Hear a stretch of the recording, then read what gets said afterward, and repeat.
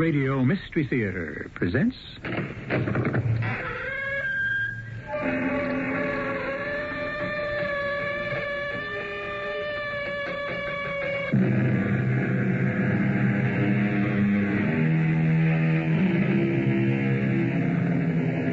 Come in. Welcome. I'm E.G. Marshall. How well are you plugged into your world? I don't mean the world around you, outside of you. I mean your own private world, the one inside of you. Most men and women are content enough to take themselves as they find themselves. But some, either running from the world outside or searching for the one within, seek new frontiers, far more dangerous than even the boundaries of space, more exotic than the mysteries of the ancient East. If your wife has turned to someone else, why not do the same, George? Not really, Serena. What does that mean? It means if she has, then first I must kill them both.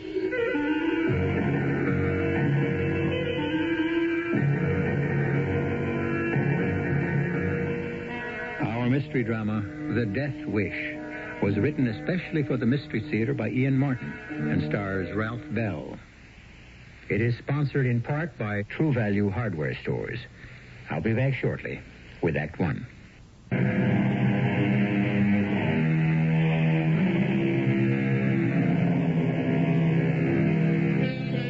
It was Satchel Paige, the ageless baseball pitcher, who said, "Never look back. Somebody might be gaining on you." That's a pretty apt description of almost any of us these days. Life is a perpetual train we are running to catch. A race just to stay ahead of the bill collector. A mad dash to accumulate enough of the world's goods to buy security, which dances farther and farther away. George Solway is so little different from any of us that it would not be unfair to say that he could be you or me. Tickets, please. Come on, commuters, ante up. Oh, hello, Mr. Solway. Hi, Connie. How's it going? Oh, back and forth. How's it with you? You know how it is with us brokers, up and down. Today down. No, the market? No, me, I'm pooped. Beat. About to ankle back the bar car and get me a little restorative. You gotta watch that stuff, Mr. Solway. Could get to you. Well, I hope it does before I fizz off like a rocket through the ceiling. Hey, something wrong? Only the process of coping with everyday living. It's getting on my nerves. I know what you mean. I wonder if you do, Connie. I hope you don't. Forget it. I'm just knocked out. Like my fellow passenger here. I almost forgot. Here's his ticket. He asked me to give it to you so you wouldn't be disturbed. Oh, he looks dead to it. I better check him before we get to his station. Oh, don't worry, Connie. He gets off before me. Denton. I'll see he doesn't miss it. Well, you might cork off yourself. Forget it. I wound up like a spring these days. The last thing I can do is sleep. Anywhere. It's been building slowly. I can't say I haven't been conscious of it, but I try to put it out of my mind. It's nothing special, just the way I live. Trade on the market floor all day, hit the commute home, try to be a husband, a father, commute back. All the time inside is like a pressure cooking without any safety valve. I gotta do something. But what? I also gotta live. And this is the only way I know how to. When I got back with my double martini, my companion was awake. Excuse, please. I wish to thank you so much. For what? For protecting my meditation. With your pleasure, my name is Ranjit Rabinathakur. It was most kind of you to tender my ticket. That's my pleasure. I have the habit, you see, to have some meditation by this time of day. I am on the late train, so it was important to me I remain undisturbed. Okay by me. I thought you'd gone to sleep. Oh, no, so far from that. My mind is totally awake. I hear all you and the conductor say, but I do not have to break my concentration. At the same time, I am at rest. Huh? You mean you could meditate and hear us at the same time? Oh, yes. Well, what good is it then? I have the most good. Such peace, such relaxation, such rest for the soul. In rhapsodic meditation, I am in perfect balance. I can put away all care, get away from all pressures, step back far enough to see them for what they are.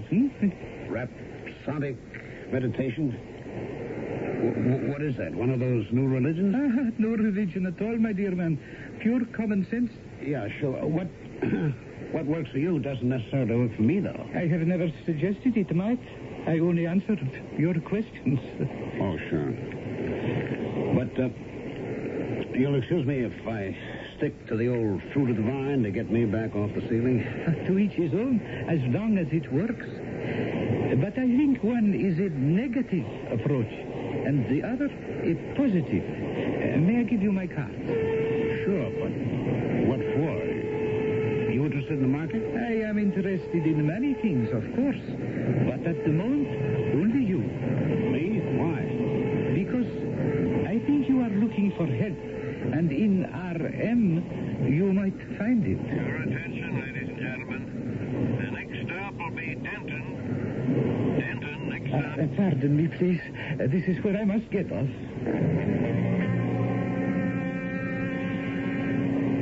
Strange character. And yet I'd give a lot to be as calm as he seemed to be. Crazy. All this meditation stuff. It'd never do for me. Besides, a martini had me all relaxed, so I was ready to go home and face Mary. And maybe just for once, not fly off the handle. Hi, Mary. I'm home. Hi, George. How was your day? Oh, you know, cat on a hot tin roof. You? The hours passed eventually. How about a drink? Honey, you get the late train. Dinner's all ready. I thought we might skip it tonight. You mean you thought I might? Well, it wouldn't do you any harm. Well, that's what you think. So I'll take it myself. You going to join me? No. What does that mean? You going to fight me? If I fight, darling, it's only for us. Please, eat dinner instead of drinking it. Hey, what is this? You going to exhume the temperance union? But you're so thin, dear. You need proper nourishment. I'm worried. Desperately worried, that's all. About what? You're driving yourself right over the brink. You're so hyped up, you're making yourself a nervous wreck. You talk as though I was sick. Well, in a way, you are, dearest. Even your doctor says you're hypertense. So, that's the nature of the beast. What can I do about it? Well, there is something you can do about it. If you'd only try. What? Look, maybe I will join you in one drink so we can talk about it. Oh, a weak one, please. 1 week martini coming up. What do you have in mind? Well, let's sit a minute. Oh, thank you, darling. To us. Sure. Oh, this is better. I was talking to Marge Findlay today. What's she looking for? More contributions? No, nothing like that. We were talking about traveling. Traveling? George, she and Bill are just like us. Except they're taking advantage of their freedom. 6 months ago, they had that delirious Caribbean cruise. Now, next week, they're off for another whole month in the Pacific. Well, that's all very well for Bill. If he can afford it, I just don't see where he finds the time. Same place you could find I it. can't get away from the street, Mary. You're not a customer's man. Nobody depends on you. You have no plan. My employers depend on me to make trades for them. Look, Glastonbury and Pepper have plenty of others to fill your shoes, and they don't mind taking vacations. Lord knows you've filled in for enough of them. It's different for them. We have the children to worry about. Oh, what children? Tom and Alex are both off at college. Yes, but Debbie... Debbie is in boarding She school. comes home weekends and vacations. Well, not many weekends. George, you're killing yourself at this pace. You've just got to slow down. What do you want me to You're a do? workaholic. I think you've driven yourself till you're ready to snap any moment. I'm trying to save you from that. Don't you understand? You've got to see a doctor. I've seen a doctor. What does he have to tell me that I don't know? Well, it isn't a medical doctor you need. Oh, so that's what all this is working up to, huh? You think I flipped out, huh? That's what you think of me. I didn't say that. But it's what you thought. Now, don't lie to me. George, you're hurting me. What do you think you're doing to me? Oh,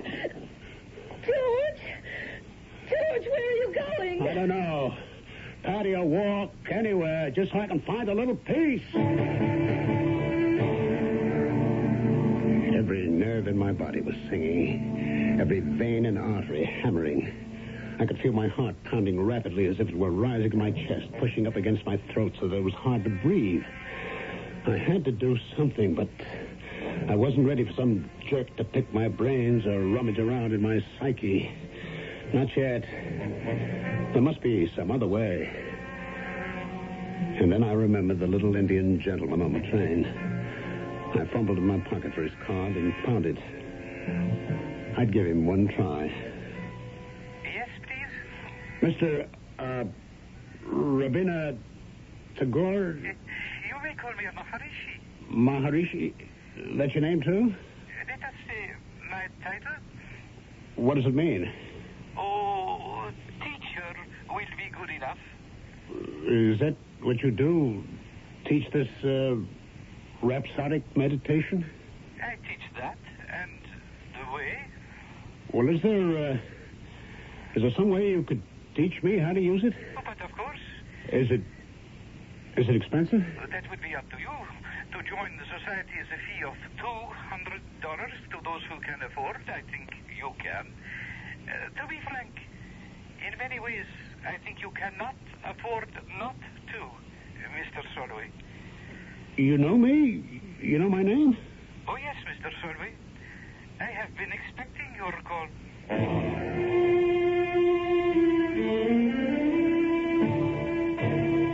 It seemed that the Maharishi operated out of his house in Denton, so I had to make an appointment for late Friday afternoon. I felt better making it. At least I'd taken some step to relieve my tensions. But I'd reckoned without Mary, who had the same object in view.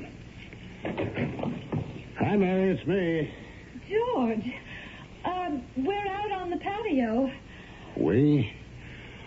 I'll be right there. I didn't expect you home so soon, George. I have an appointment in Denton. I want to pick up the car so I can drive back. I hope I'm not butting in. I didn't know you were expecting company. Well, I wasn't. I mean, well, look who just dropped in. This is Phil Egan. Oh, I don't believe I've had the pleasure. Well, you haven't met. But heavens knows you've heard me talk about him enough. Phil and I went to high school together. Not the same class. I think I was 2 grades ahead. How do you do, Mr. Solway? How are you? Would you like to join us for a drink, darling? No, thanks. I've got to be on my way to my appointment. Don't let me break up the party. No party. Your wife and I were just renewing old acquaintance. Yeah, so I see.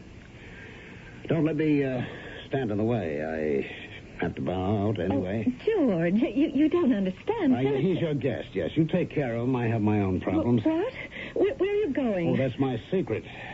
It's only fair, isn't it, since you seem to have some of your own? I'll be back for dinner. There is going to be dinner. Of course. The last thing I needed was to meet the man that Mary might have married. Would have until she met me. Philip Egan. Meeting him at last, I had only one blind desire. To kill him. Wipe him out forever. But I never imagined then that that was exactly what I had condemned myself to do. The eternal triangle, one of life's most terrifying cliches. But stop a minute. Do we know that this one is a cliche? Or are there angles within angles that may change the shape of things to come? Can rhapsodic meditation bring George Solway a peace that may not passeth understanding, but at least may bring understanding itself? Or will it start him on a voyage within himself that will lead him to a whirlpool of disaster? I shall return shortly with Act 2.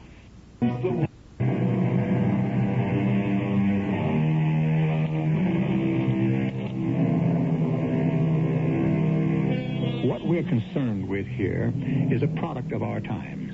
A man pushed by the circumstances of his lifestyle to the end of his control. A man afflicted by one of the most prevalent diseases of our century, the silent killer, hypertension. Not the least of this condition's results is that it not always only kills, but may develop into something far worse. A situation where the victim not only punishes himself, but becomes psychotic enough to blame his agony on others and seeks their deaths rather than his to achieve redemption. I was stunned at the size of the little man's property. The Maharishi owned an estate. A servant in a tucked-up sari that looked like a loose diaper showed me into a small anteroom with a high ceiling. I waited there for a long while with some sort of bells chiming steadily deep in the house, and the room heavy with incense. I was more than half asleep when the Maharishi came. Not in Western clothes now, but in a long, flowing robe which made him seem taller and more impressive. Greetings, my friend, Mr. Solway. Pretty impressive place you have here. And not me, Mr. Solway. All of us who study the way belong to it, not it to us. Hey, wait a minute. Maybe I'm getting in over my head here. All I wanted to do was to try this meditation thing. Why not? There are no strings attached. But we've got kind of a whole thing going here. I mean, like a religion. If we want to progress beyond the meditation, that is your election. No one will pressurise you to do so. Only 3 things are asked. What? That you pay the initiation fee which you have, that you promise to try to use this gift for what it is, and never try to make it something it is not, and that you keep the word of the mantra we give you a secret known only to yourself. Well, sure. I agree. But do you think this will work for me? That is a question only you yourself can answer. Come, let us see what it means for you. It was a room shrouded in darkness, with flowers all around, and a scent of incense everywhere. He told me to remove my shoes, sat me in an ordinary chair, told me to close my eyes, and murmured the rhythmic syllables of the mantra quietly in my ear. I remained repeating them in my mind, and for 15 minutes, even though I was partly conscious of other sounds, a passing plane, a voice someplace in the house, a door closing, I sank through layers and then floated to the top of some lulling sea. And for the first time since I could remember in years, I knew peace.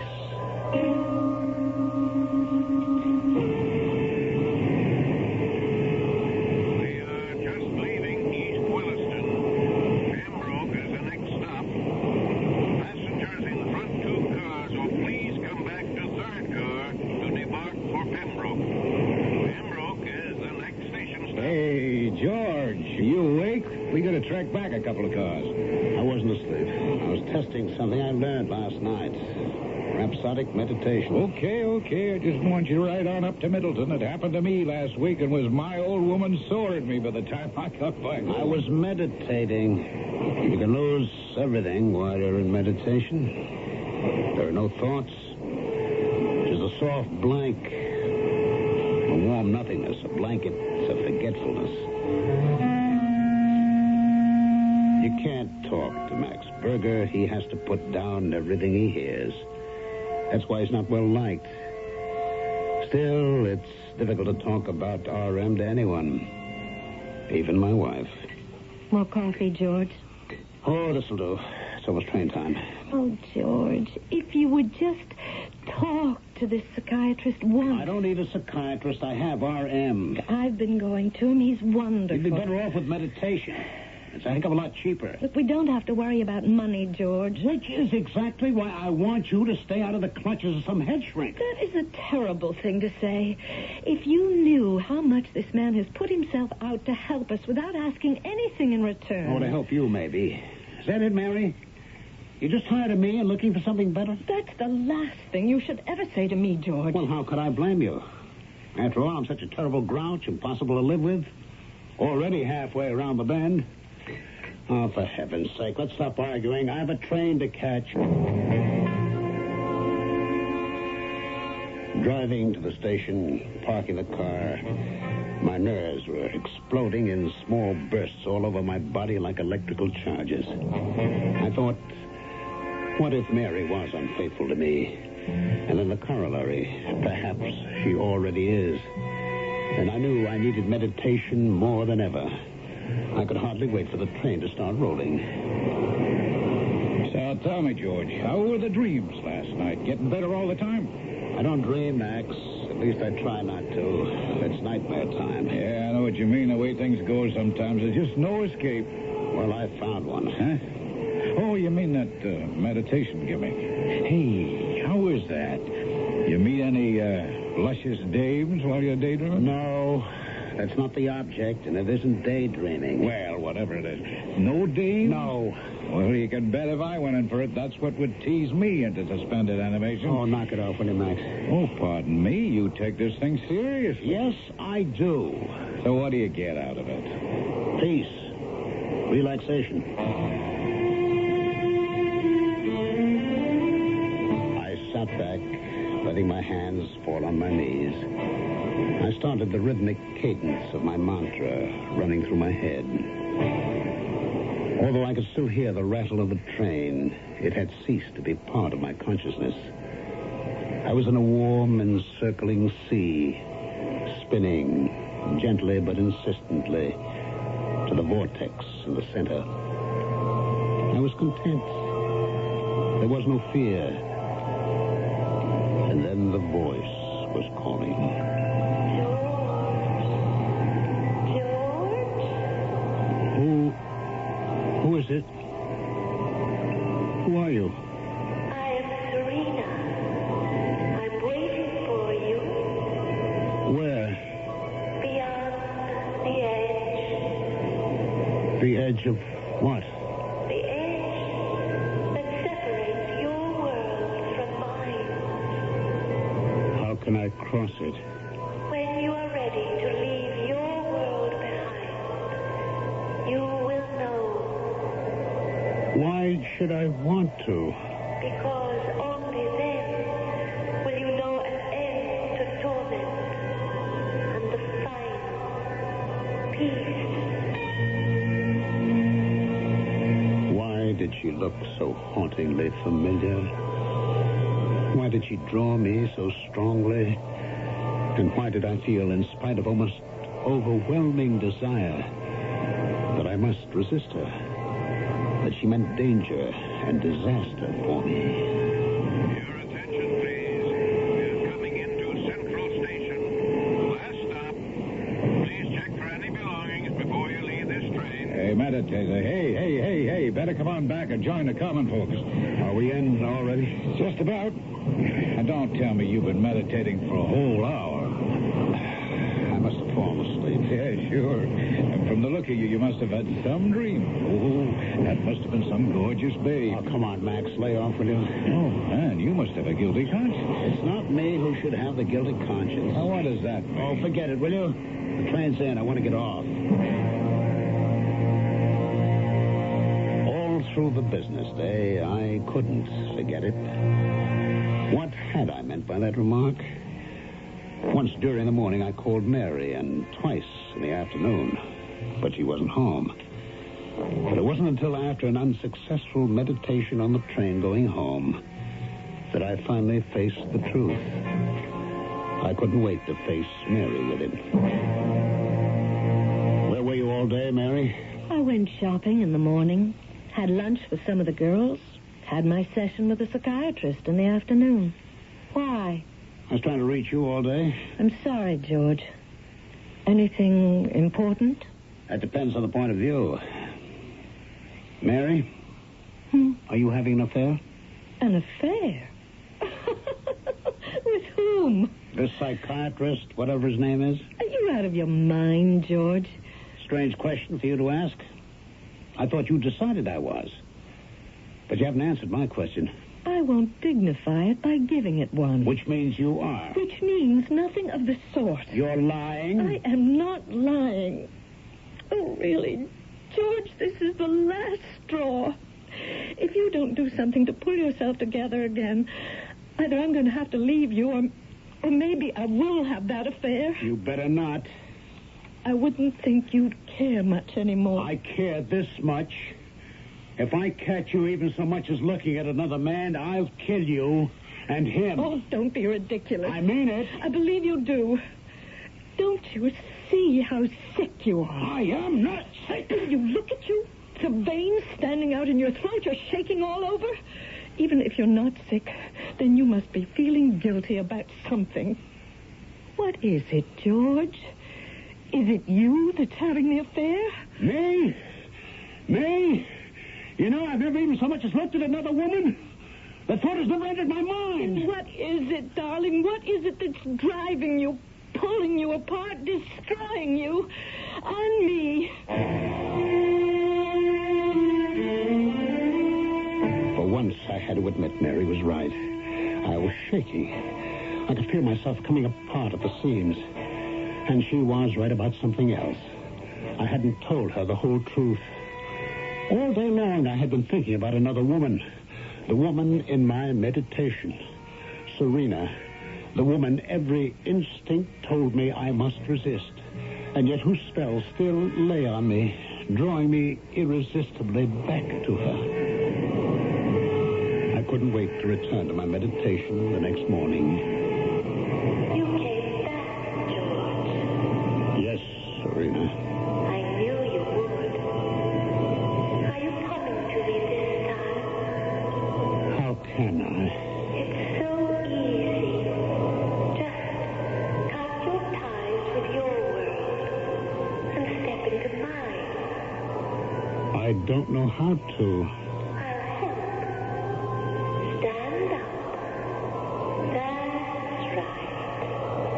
Now, look back. What do you see? I can see myself sitting, eyes closed, on the 837, on my way into the city. That's me, George Solway. That's my body. Not the George Solway that could be. The one filled with peace and fulfillment. Why don't you leave the other behind, George?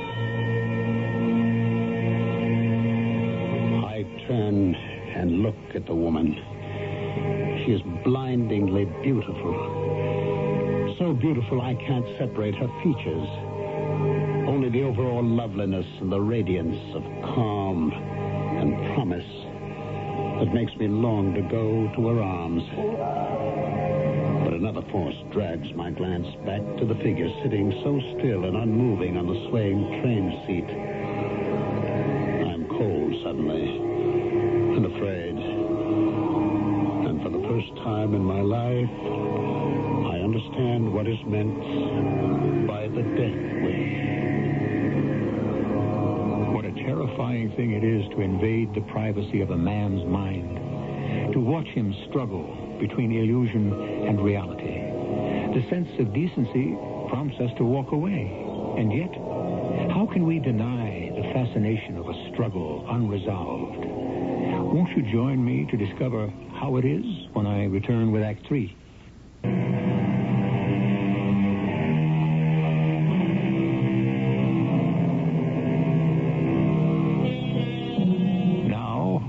Return again to the haunted chambers of George Solway's mind as he rides in suspended animation on his morning commuter's train.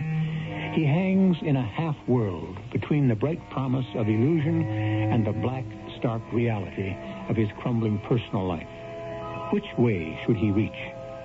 For the blessed anodyne of total nothingness and a shadowy world of release from pain? Or the old world, which has become as agonizing as the tortures of the rack? Let us find out. I'm waiting, George. I'm afraid, Serena. There's nothing to be afraid of. Come, George. Now. Before it's too late. Too late for what? To take me in your arms. Hold me. Possess me. Make me your own. I can't Serena, I have a wife. I know. I can't leave her. Why not? She doesn't love you anymore. No. The way I've been lately, I could hardly blame her if she's turned to someone. And has she? I don't know. I'm afraid. I think she has. What's sauce for the goose is sauce for the gander. If she has, why don't you do the same? No, not first. What does that mean? It means if Mary has and I find out, first I'd kill them both. If you did that, then you wouldn't be able to return to me. Why? There would no longer be room for you in my world. It's now or never for me. I guess it has to be never. Goodbye, George. No, wait.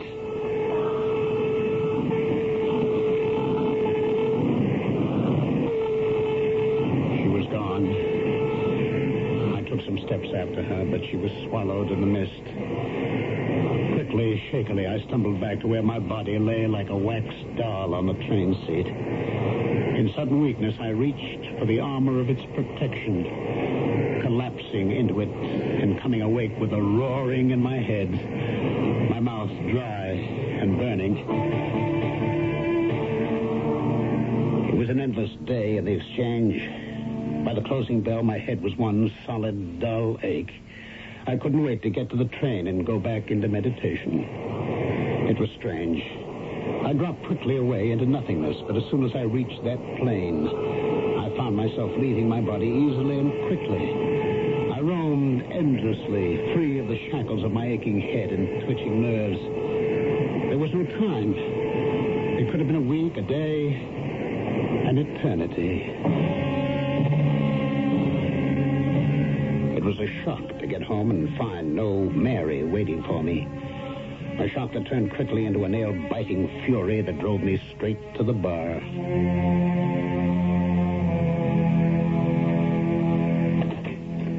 George! Oh, I'm sorry. I didn't mean to be late like this. Where have you been? Out. Nowhere. Just driving. What train did you catch? At 4 o'clock? Oh, I wasn't expecting you back till the 4:50 at the earliest. Yes, I'll bet.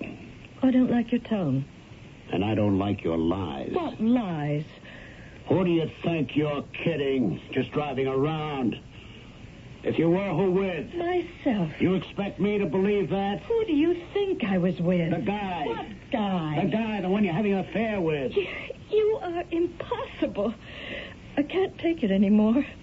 If you have to know where I was, I'll tell you. I was with Ruth Harris. Oh? Ruth Harris. She's a travel agent. I was talking with her about going away for a couple of weeks so I could get hold of myself. And maybe you could do the same. Your dinner's on the stove. You can heat it yourself. I'll leave breakfast in the morning. Where are you going? Upstairs to get my stuff and move it into the guest room. I have had all I can take. I had a lousy night. Couldn't sleep. By morning, I was ready to break down the door of the guest room. Then I had a better idea. I clumped downstairs to a noisy breakfast, which I didn't eat, and left for the station by car at my usual time. But I didn't go to the station. I parked at the nearest shopping mall and walked back to the house. I found a place in the shrubbery where I could watch the front door and settle down to wait. It was nearly 11 o'clock that he came, getting out of his car and going up bold as brass to ring the front doorbell. The man I'd surprised Mary with less than a week before. Something Egan. Oh, yeah. Philip. That was it. Oh, Phil, it's you. I've been frantic waiting. I came as soon as I could. Oh, you don't know how wonderful it is to see you. All right, Mary, take it easy. I can't anymore. This thing has got to be settled, Phil. I can't live with it anymore. Mary. What? Look at me, dear. Now, simmer down. We'll find a way to settle it. Let's go inside now, shall we? seen it. I'd seen the proof. But for a moment, I couldn't believe it. I was being driven to murder. But coldly, I decided I had no intention of paying the price for it. I didn't have to. The just punishment for their treachery to me could be meted out while I was miles away from the scene and securely alibied. I turned and headed for the railroad station. Wait. Hello, Mr. Solway. You are taking a very late train, I see. Oh, Maharishi. Yes, I had some business that detained me at home. And I have some that takes me from mine. May I join you? Well, yeah, sure, why not? Thank you so much. Tell me, are you meditating regularly? I sure am. Has it brought you relaxation? Yeah, in its own way. Would you excuse me? I usually meditate on the train. Oh, but of course. I have still my morning paper to read. For what I had in mind, that couldn't suit me better. An eyewitness. My presence on a train miles away from my house, established as an unshakable alibi, and an opportunity to prove the incontrovertibility, whether or not my wife was cheating on me, before I killed her and her lover. With no effort, I stepped away from my body to become my astral self. In almost an instant, I stepped through space and time to my house, climbing the stairs to our bedroom. It was just as I suspected. Mary was already in bed, the man seated beside her, smoothing back her hair from her forehead. I feel so cold. Hold me just a minute. Please, Phil. All right. But I hope you're not going to change your mind. No. I won't back out now. I see that he's got to go. I didn't have to hear anymore. It was beyond revenge. It was my life or theirs. I turned to the table drawer on the opposite side of the bed, knowing they couldn't see me. I took out the revolver we kept there for household protection. And even knowing they couldn't hear me, I had to say the words, "Die, die, both of you. I have no life left."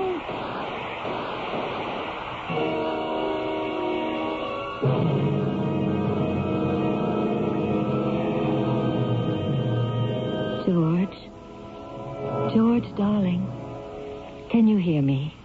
What? Oh, my darling, listen to me. It's Mary. Mary? Yes, dear. It can't be.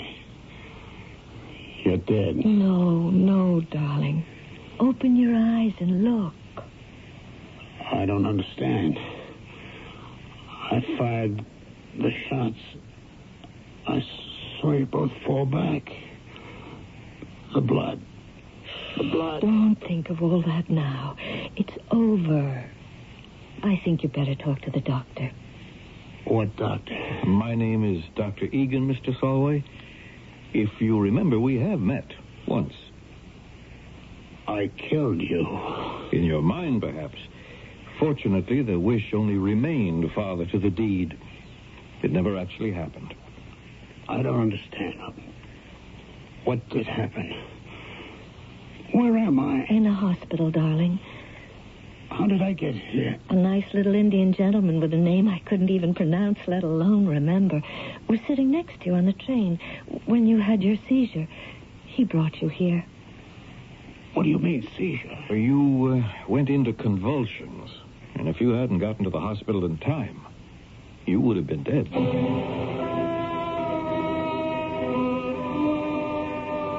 I still don't understand, Phil. It wasn't just hypertension? No, that was a result, not a cause. But what was the cause? Oh, that was the difficult thing to pin down. If the origins had been psychiatric, I couldn't have promised you a cure, but they weren't. Almost entirely somatic. Somatic? Physical. The anorexia nervosa was the clue. Undereating. From that, here in the hospital, they managed to pin it down to hypoglycemia, lack of sugar. All the other symptoms devolved from that. Fatigue, irritation, delusions, and so on. And can he be cured? Of course. Once he'll cooperate. But he thought we were lovers.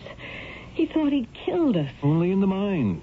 And he had the total excuse that at the time he was not in his right mind. He was very ill. Don't hold it against him, Mary. I won't. If only I could be sure that he wants me back. In his right mind, he will. Cherish him, Mary. If he didn't feel as deeply as he does about you, he wouldn't have been ready to risk everything to make sure that no one else could have you.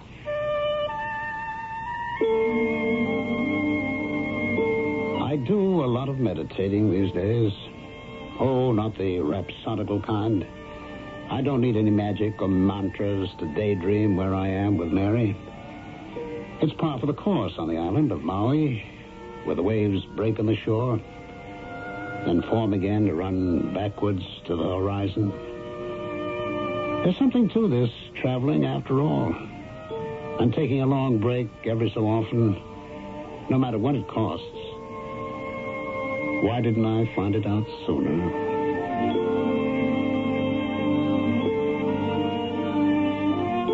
An object lesson for all of us. It was William Wordsworth who warned us a century and a half ago that the world is too much with us. Getting and spending, we lay waste our powers. George Solway was lucky. He had a fearful warning, of course, but it was enough to save the rest of his life. I'll be back shortly. Hi, this is Michael.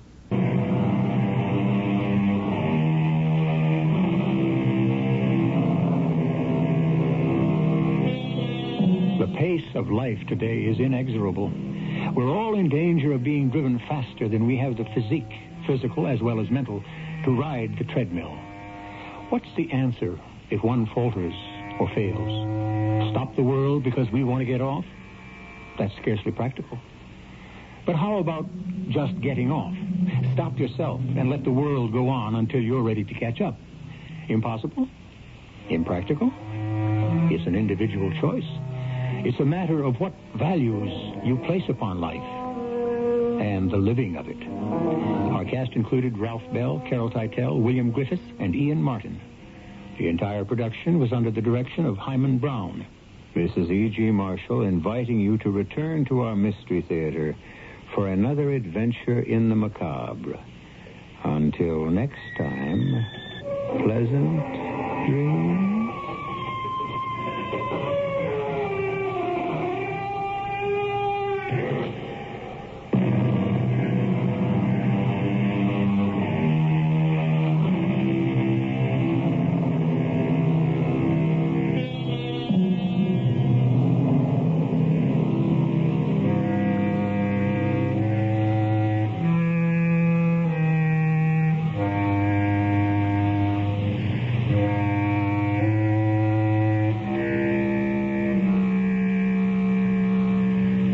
CBS Radio Mystery Theater presents...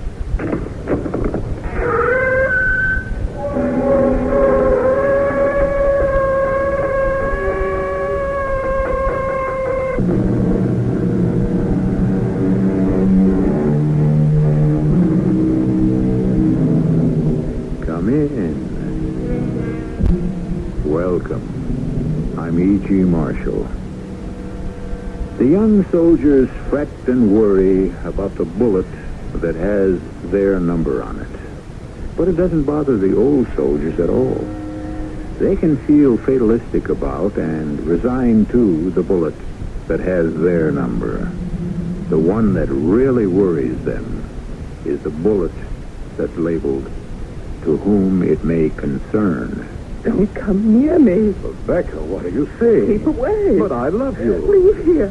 No. But we're going to get married. Go away before I cause something terrible to happen. Oh, darling, how can you cause something terrible? Believe me, it will be horrible. A fire. Rebecca. A flood. What do you say? An earthquake. Listen. Listen.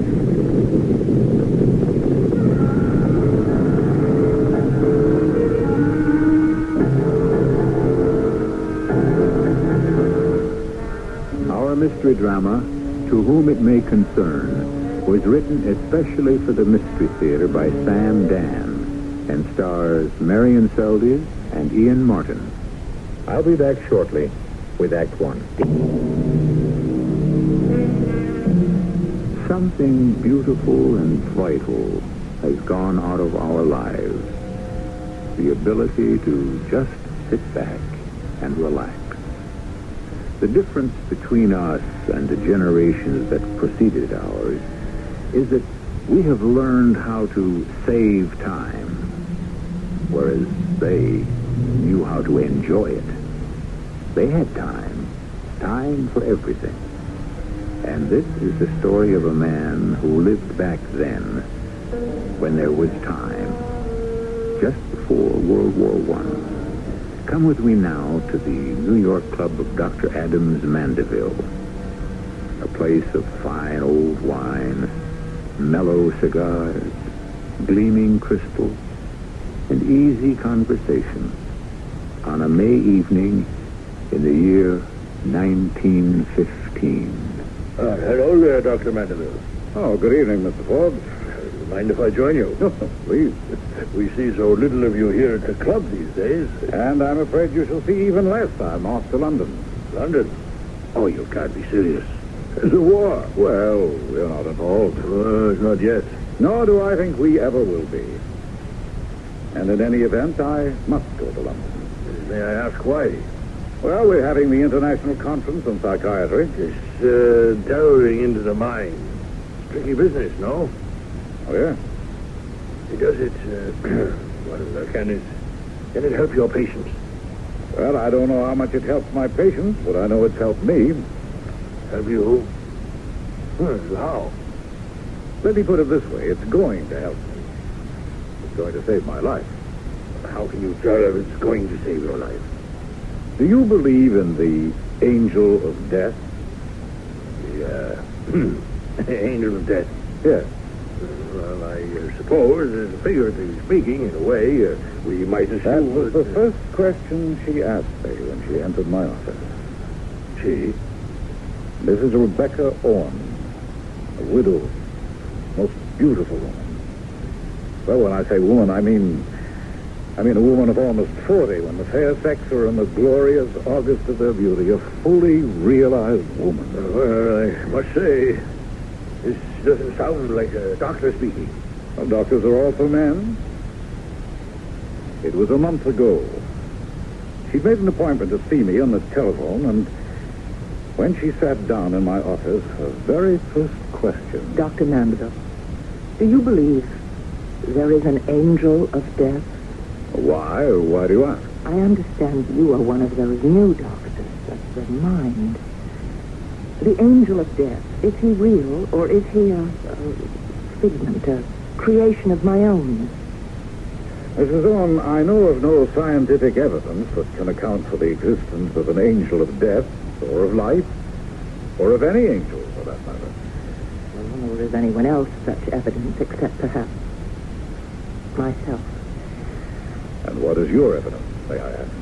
An awareness of his presence. Uh-huh. What sort of awareness? Feeling that I'm not alone. Awareness, feeling, but is there anything tangible? It's tangible enough to me. The word tangible literally means something that can be touched. I know. And I feel his touch. Where? Oh, this may sound indelicate. I feel his touch all over my body. Yes? It feels as if I was suddenly chilled by an icy wind, and my skin seems to burn.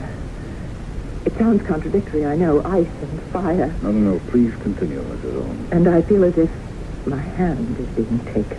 Taken? Taken in someone's grasp. You feel a hand? The fingers of a hand closing on mine. And you see? No one. Nothing. But you feel these fingers? Yes. And how do they feel to the touch? Well, again, fire and ice. Burning fire and cold, cold ice. The icy coldness of death. And then what happened? The fingers of the hand that has closed over mine. It seems to hold me in its firm grasp, and it begins to pull me. I cannot. I have no will to resist. And then? And then the ice becomes warmer, and the fire becomes cooler, and the fingers of the hand that is holding mine seem to slacken their grip and slip away from me. And suddenly, I feel his presence no longer. He's gone. You're quite sure of all this? Oh, yes, it's exactly the same way, each time. Oh, then this has happened several times. Oh, yes. How many? Oh, innumerable. I have a theory. Would you like to hear it? Oh, yes, please. He wants me. Well, you might say if he exists, he wants all of us. When our time comes. But I think my time has already come. I'm afraid I don't understand. And that he was unable to take me at that time. And since I escaped him, he must keep after me. And it becomes more and more difficult for him each time. And so he tries harder and harder. And yes, Mrs. Holmes. I've never been able to say so much to any doctor. Most of them would give me pills for my nerves long, long before I could get this far. Well, I promise to hear you out. Well, it's about all, except that they keep getting worse and worse. What keeps getting worse and worse? The disasters. So many people die. And it's because of me. He doesn't really want them. He wants me. And the reason they die is because they just they happen to be there. Yes? Why do you say yes? Do you know what I'm talking about? Do you really understand what I'm saying? Mrs. Owen, did you have a happy childhood? Why do you ask? Well, in psychiatry, we begin with the child. Well, that makes sense. Yes. Well, it all began with my childhood. That was when he first came for me. When who came for you? Well, who have we been talking about? The angel of death. Oh, yes, of course. And that's when I felt his grasp for the first time. It happened when I was 5 years old. We were living in Johnstown, Pennsylvania. Johnstown, Pennsylvania. Now, that name seems familiar. I'll never forget. I was in the kitchen of our house. We had a farm, or a big farm, about 500 acres. And I remember there was an argument. Mama and Papa were having a fight. It was about the South Fork Fishing and Hunting Club. These were the very wealthy men who owned the property where the dam was located. Now, Mama, be reasonable. Be reasonable? Have you lost your mind? No, I haven't lost my mind. What's more, it's a found $100. Well, I don't want that money. You post the no hunting signs this year like every other year. Mama, it's just for 10 days, and the only ones who'll be allowed to hunt are members of the club. Look, I won't have people tramping all up and down the property, firing off guns every which way. Mama, these are all millionaires, rich men. They have a lot of respect for private property. And they know how to hunt very good, too. Well, don't they have all that property of their own around the dam? Wait, you know that over by the South 40 is where all the deer trails cross? And another thing, I'm against killing poor dumb animals. And so am I. But for $100... And what about Rebecca? Rebecca? She goes running around the woods all the time. Now, with all them hunters shooting away, Well, so, for the next 10 days, you gotta keep her in the house. How can I keep the child cooped up all day? For $100, you better find a way to do it. Mama couldn't. Although she laid down the law in no uncertain terms, I was a restless child, filled with unlimited energy. I couldn't sit still. I always wanted to be where I wasn't. And so, one afternoon, when Mama stretched out for her nap, I was just out the door, running through the woods, happy the way only a child can be. And I heard a voice suddenly shout, "Look out, Andy!" But the voice was too late. There was a noise and a flash, and a dull blow against my chest. That was the first time I felt the icy cold and burning hot fingers close about my hand, and the gentle pull that urged me forward. And I heard a voice. Good Lord, Andy, you killed her. Look at the blood. The bullet went right through her chest, through her heart. Oh, she must be dead.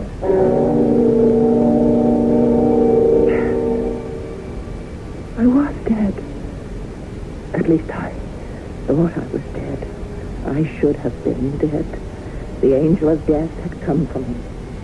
But suddenly, the fingers that grasped my hand loosened their grip. The ice became warm, the fire cool, and I just slipped away from him, or he from me, and I was free. You, were shot through the heart? Yes. But the bullet had missed? No. But surely... Oh, the doctors came from miles around, the best doctors. The club saw to that. They were amazed. Well, how did they account for it? They didn't. Those doctors couldn't. They said perhaps the bullet broke as it hit my chest, and just a small piece of it penetrated my heart. Or perhaps the tissue was able to repair itself. But really, they were only guessing. I was shot through the heart. That much is certain. And you lived. That much is obvious. I lived through other things, too. I was bitten by a copperhead a year or two later. Well, people do survive snake bites. Oh, rattlesnake bites sometimes. But very few folks are ever actually bitten by copperheads. And those that are... You're very lucky. Very imaginative. You know, you're a charming lady, Mrs. Owens. May I ask why you have never remarried? Because I'm frightened. Of marrying? I believe I told you. The angel of death is so intent on capturing me that those around me are always in danger. Now, you're sitting here in my office. Am I in danger now? Yes, Doctor. How? I don't know. The building might collapse. It's not likely. It's a new building constructed of steel and stone. There might be an earthquake. There never have been any here in the East. Or a flood. Well, hardly. Well, there was a flood once. Actually, it was 26 years ago. When I told you I came from Johnstown, Pennsylvania, you said the name seemed familiar. Do you remember why now? Yes, of course. The flood, the famous flood. The Johnstown flood. Were you there at the time? Yes. And you lived through it? Yes, I lived through it. Unfortunately. Now, why do you say unfortunately? Because it wasn't fair that I should survive. I really deserved to die. I caused the flood, Doctor. I'm the one to blame for the Johnstown flood.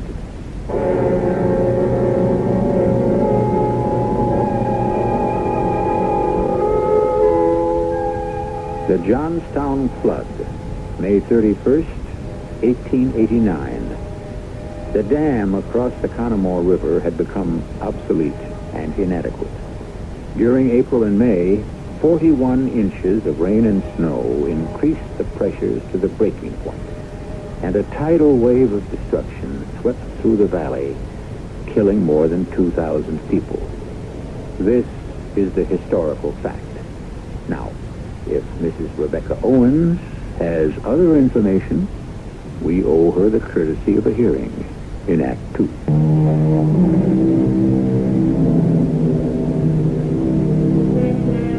Well, here we are at the very beginning of May, 1915. Remember that date. It will be significant. In the exclusive New York club of Dr. Adams Mandeville, Dr. Mandeville is having a very serious conversation with an old friend, Mr. Hector Forbes, a renowned anthropologist. Mr. Forbes is having difficulty believing what Dr. Mandeville is telling him. My dear Mandeville, I remember the Johnstown flood. There are people who can be held responsible. But surely your patient, this Mrs. Rebecca Owen, no, she couldn't be one of them. But according to her story... She mentions the South Fork Fishing and Hunting Club. Now, it was a group of millionaires who had bought the land from the state. The dam was located on their property. They refused to spend money for any repairs, and the people of Johnstown didn't believe that there was any real danger either. So there's blame enough and to spare for everyone.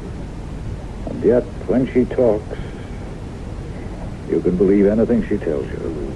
You can believe anything she says.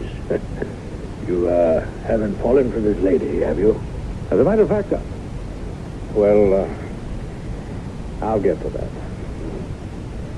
I tell you this story because I have a very important question I want to ask you. Well, fire away. Oh, you'll have to hear the rest of the story. Oh, yes. Especially why she thinks she's to blame for the Johnstown flood. That's what I asked her. The flood was on my account. But why? It was the only way the angel of death could get me. A bullet failed. The bite of a poisonous snake failed. And here was a way that couldn't fail. Or so it seemed. Oh, poor Phil. Dumont, my first beau. I was 15 and I was in love. The way you can be in love when you're 15. We were out walking. It was the last day of May. Beautiful afternoon. What time is it, Phil? 10 minutes after 4. Why? I would like this moment to last forever. This is the supreme moment. This is the happiest moment of my life. Of mine, too. Everything's so perfect. What's that? Thunder, most likely. Thunder doesn't sound like that. Oh, sure it does. No, it doesn't. You hear a loud peal of thunder, and then it fades, and then you hear another. It's getting louder. Rebecca, look! No! It's a wave! It's water! It's high as a house! There's a mountain! It's coming at us! Run, Phil, run! Run where? It's going to drown us! It's burning! It's burning his hand, his icy hand! The angel of death is holding me! He's holding me! He's holding me, Phil!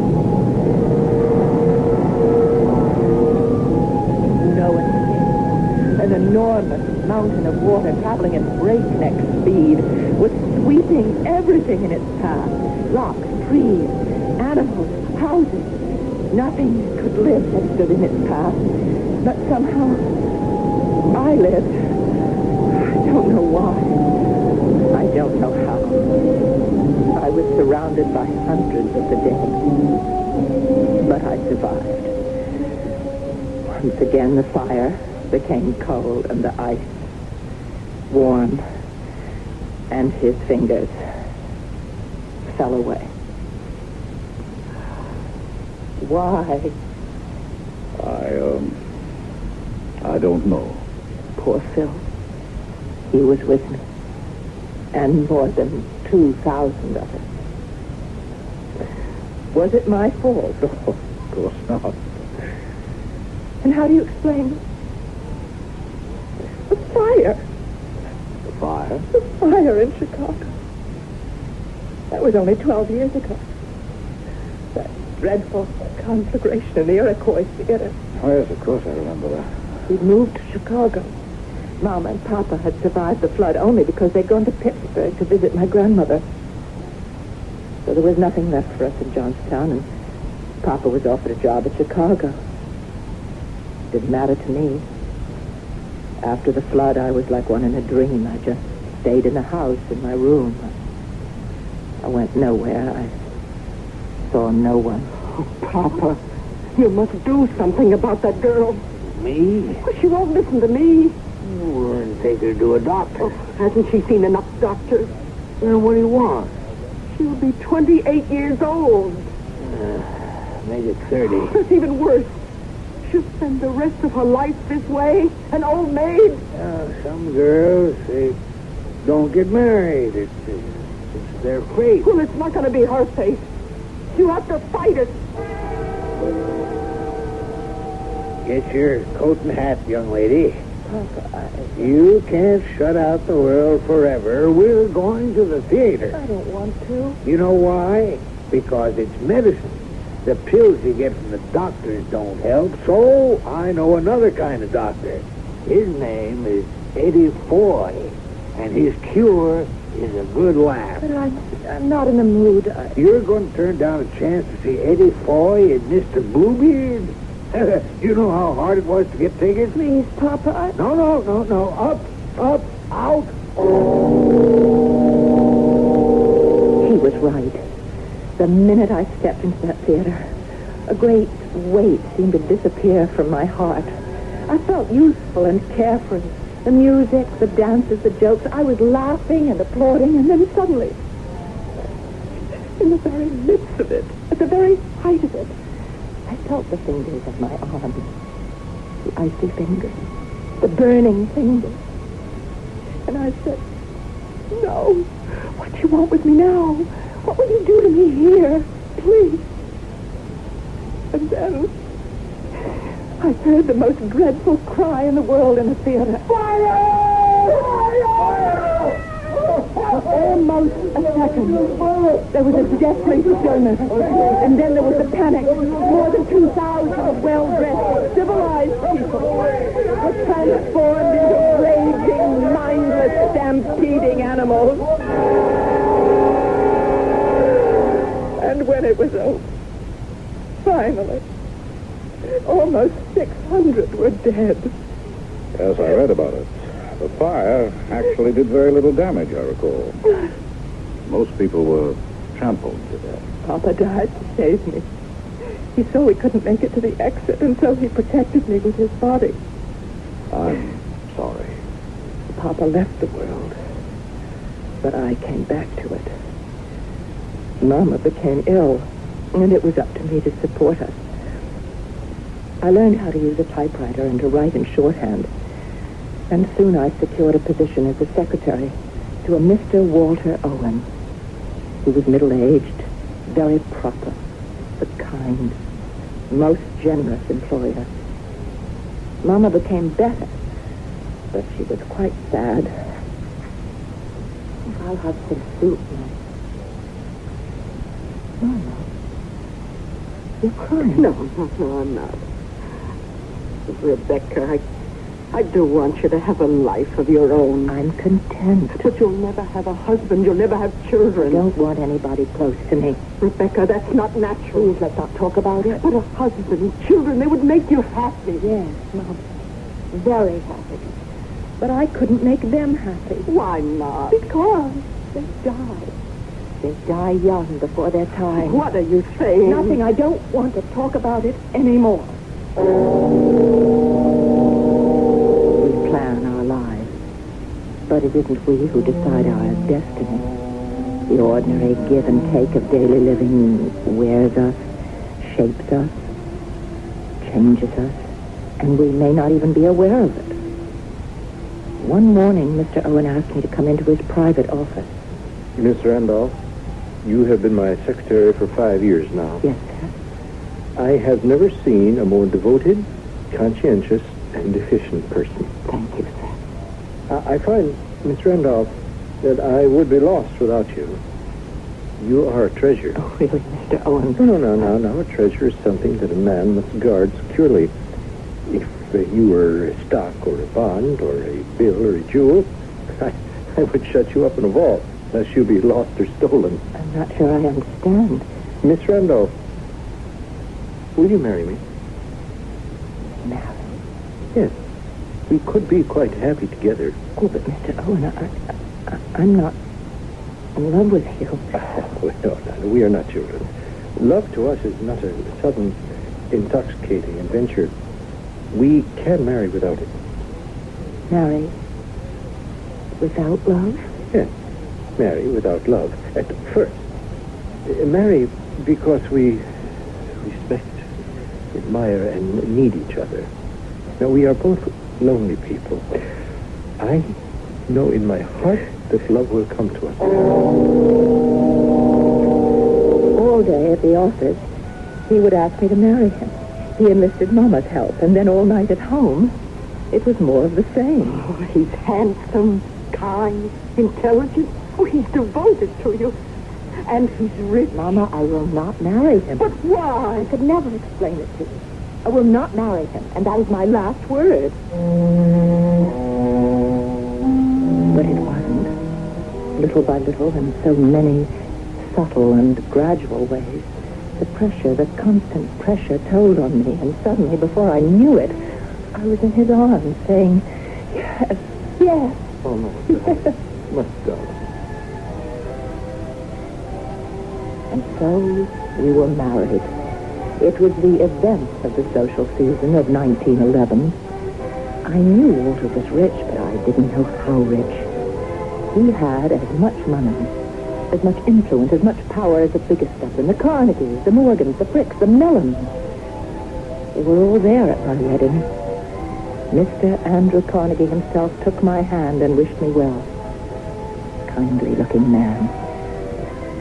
And suddenly, I knew I had seen him before. I heard a voice.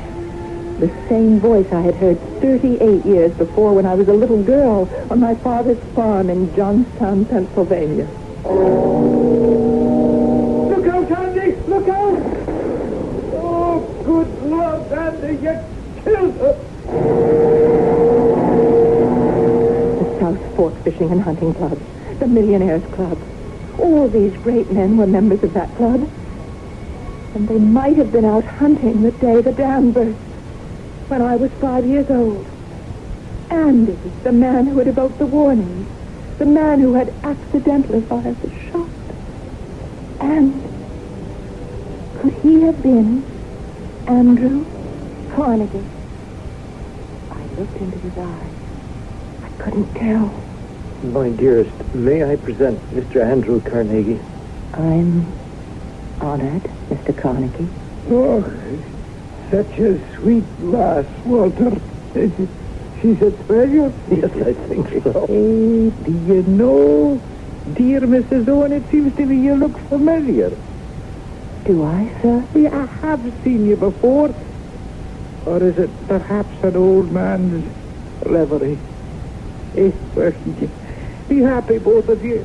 No, be happy. Yes, we have met before. On my father's land in Johnstown, Pennsylvania, when I was a little farm girl.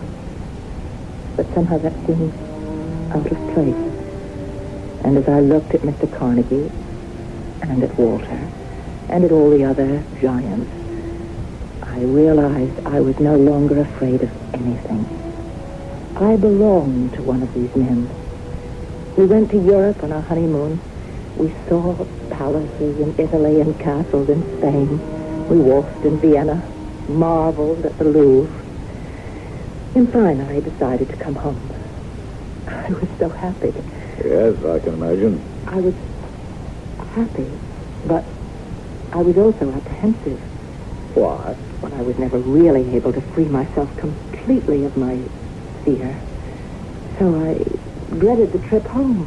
Darling, honey, I know how you feel, but it's... But what, Walter? But this is a brand new ship. A ship the like of which has never been seen. It's a floating palace. But still, if anything... Most important, they say she's constructed on a completely new principle. There's incontrovertible scientific proof that she is unthinkable. Oh, Walter. She leaves on Friday on her maiden voyage to New York, and I've already booked passage for her. Oh, how exciting. What's her name? The Titanic.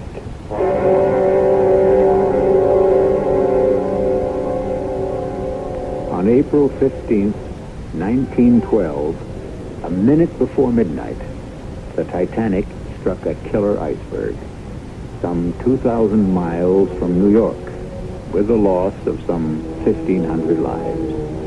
Among the casualties, oh, now I shall have to stop this business of anticipating the story. We still have a third act until...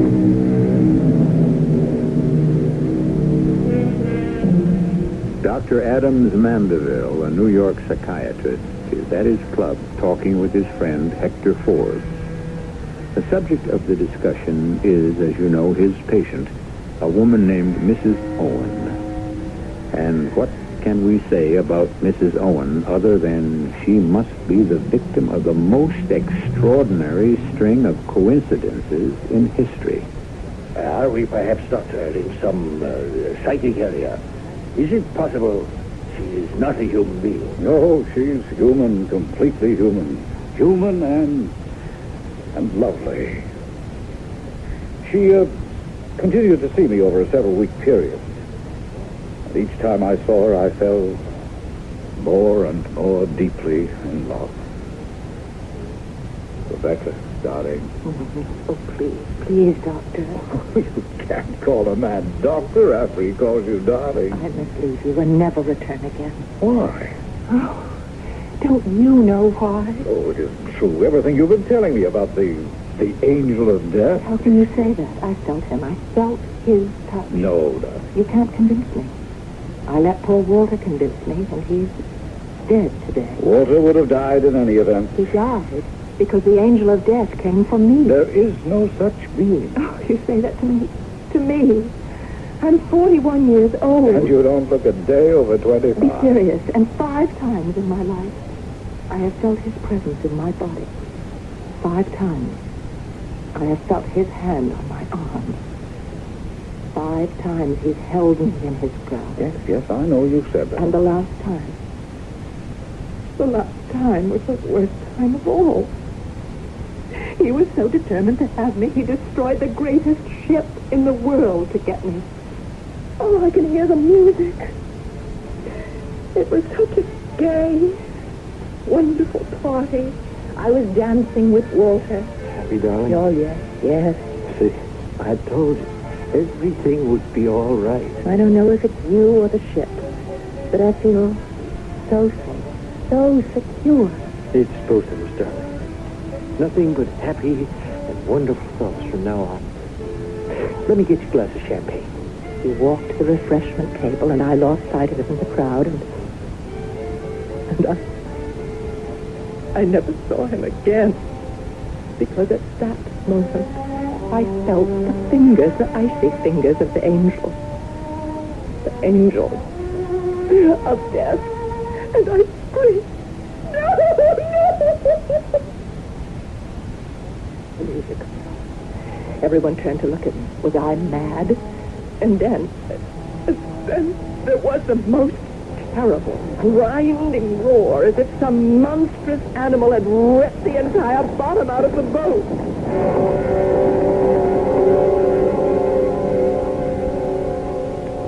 The next thing I remember, I was on board the rescue ship, Carpathia. But 1,500 others had died. And Walter. And Walter had perished. And now you tell me it isn't my fault. Yes. How? All the evidence proves nothing. Oh, listen to me, my darling. Let me tell you what this is. It's the law of averages. Oh, no, that's not good enough. The touch of the angel of death. It was real. Well, of course it was real. Then you agree. It was real to you. Oh, my darling Rebecca, we're only now beginning to understand the mind, to comprehend its fantastic complexity. Then why was it real? Because you wanted to be punished. Punished for what? For disobeying your mother. When? That day when you were told not to go into the woods. You remember that day? That day when you were 5 years old and your mother took you aside and... What was it she said to you over and over again? She said, you are not to go into the woods. You are not to leave the house. If you disobey, you will be punished. Severely punished. Punished. That's right. Punished. Punished. Punished. But you did disobey, didn't you? Yes. And Rebecca, you were not punished. And then, because you were almost killed, you were rewarded. You were fussed over and coddled and spoiled. And all the time you knew that you were to blame. You remember the face of the man who'd shot you. You could see his agony and his anguish. No. This is necessary, dear. You look for death. You seek him out. You court him. You spin fantasies about him. Oh, darling, there is no angel of death except in romantic mystery. But I... Face it, your whole world will be changed. I never looked at it that way. Oh, my darling. We'll go to England on our honeymoon. I'd like you to meet Mama. Oh, well, of course. Could you leave now? I bought Mama a house in Ossining. It's up on the Hudson River. Oh, let's tell her. Today. Well, certainly. Let's see, it's 10:30 now. I have some hospital calls to make at 11, so I should be free by noon. We can get the train at 1 o'clock. Meet me on board. I'll be sitting in the last passenger coach. 1 o'clock on the Ossining train, the last coach. Yes. It's the only one that isn't a smoker.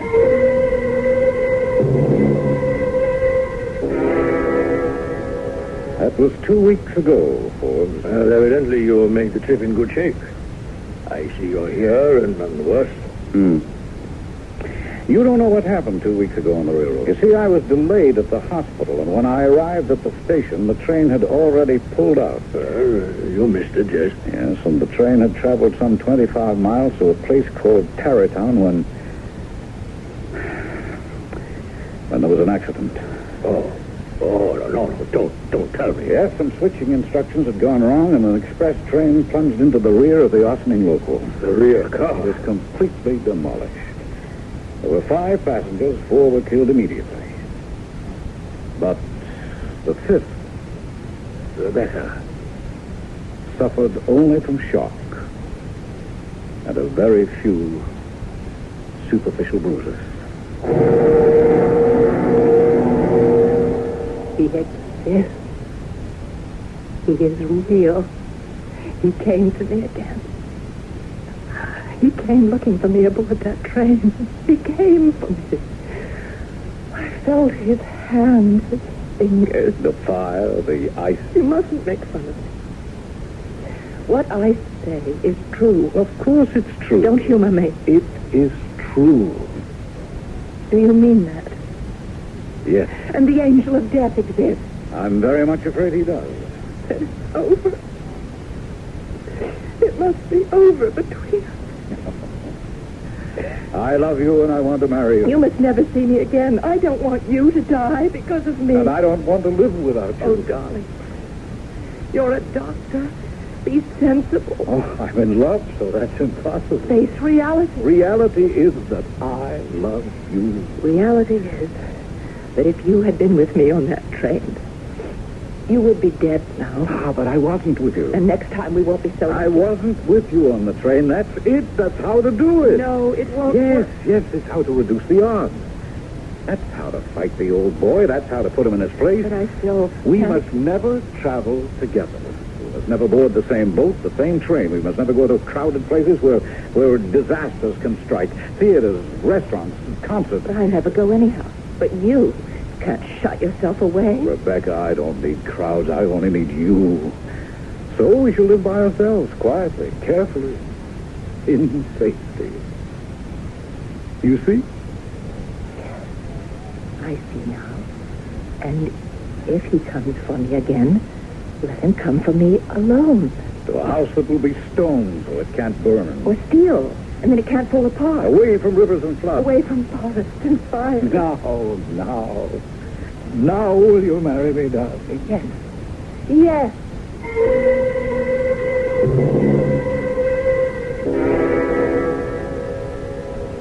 Rebecca and I were married the day before yesterday. Well, congratulations. Well, how does it happen you're not off on your honeymoon? Oh, we're going to London, where we shall also take in the conference. I'm leaving tomorrow morning. Well, you're off on a honeymoon, and you say I'm leaving? Well, naturally, separate ships. It's the only way we can travel. Oh, yes, of course. Rebecca sailed this morning on the Imperial. And I had to look around for something at the last moment. Yes, well, on such short notice, you'd be lucky to find a berth on a tramp steamer. Oh, I did considerably better than that. There was a last-minute cancellation, and I was able to get a cabin on what many people consider the most comfortable ocean liner afloat. Oh, really? Which one is that? The Lusitania.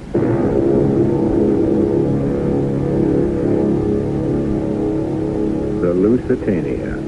On May 7th, 1915, at approximately 2 p.m., the German killer submarine, the U-20, fired its torpedoes into the Cunard liner Lusitania. The ship blew up and sank almost immediately. About 2,000 people lost their lives. Among them, an American physician, Dr. Adams Mandeville of New York City.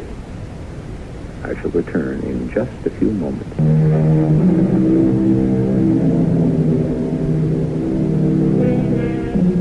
The old soldiers, as we told you in the beginning, are worried mostly about the bullet marked, "To whom it may concern." That's because they know something few of us pause to consider. They realize how unpredictable is fate, how random is chance, how impersonal is providence, how hard it is to live, and how easy to die. And if life perplexes and puzzles you, take comfort. No one has been able to figure it out yet. Our cast included Marion Seldes, Ian Martin, Bryna Rayburn, Bob Dryden, and Earl Hammond. The entire production was under the direction of Hyman Brown. This is E.G. Marshall inviting you to return to our Mystery Theater for another adventure in the macabre. Until next time.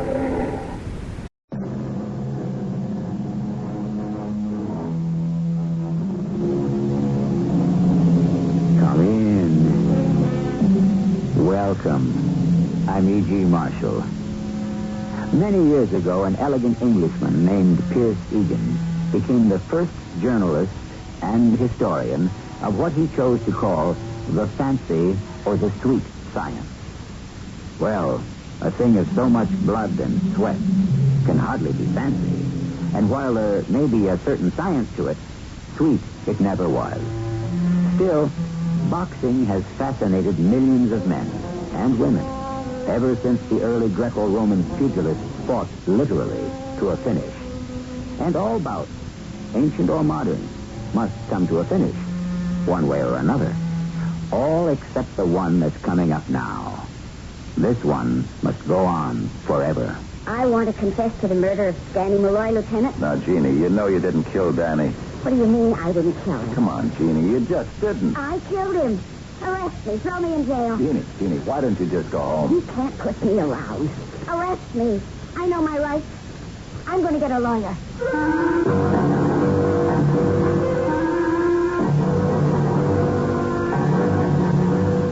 Our mystery drama, The Serpent of Saris, was written especially for the Mystery Theater by Sam Dan and stars Fred Gwynne. It is sponsored in part by ARM, Allergy Relief Medicine, and True Value Hardware Stores.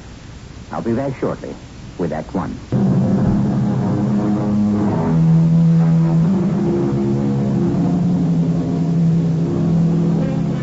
The roar of the crowd, the clang of the bell, the sharp tattoo of a flurry of punches, and the sudden drama as the referee counts a fallen fighter out. Yes, boxing. Love it, hate it, praise it as an expression of masculinity, denounce it as barbarism, but don't deny it weaves a spell. Why? Who knows? Perhaps the answer is so simple it defies analysis. Dapper Danny Malloy was a boxer. Lieutenant Jerry Roman was a detective. Yes, Dapper Danny was a boxer. I was a detective. The difference?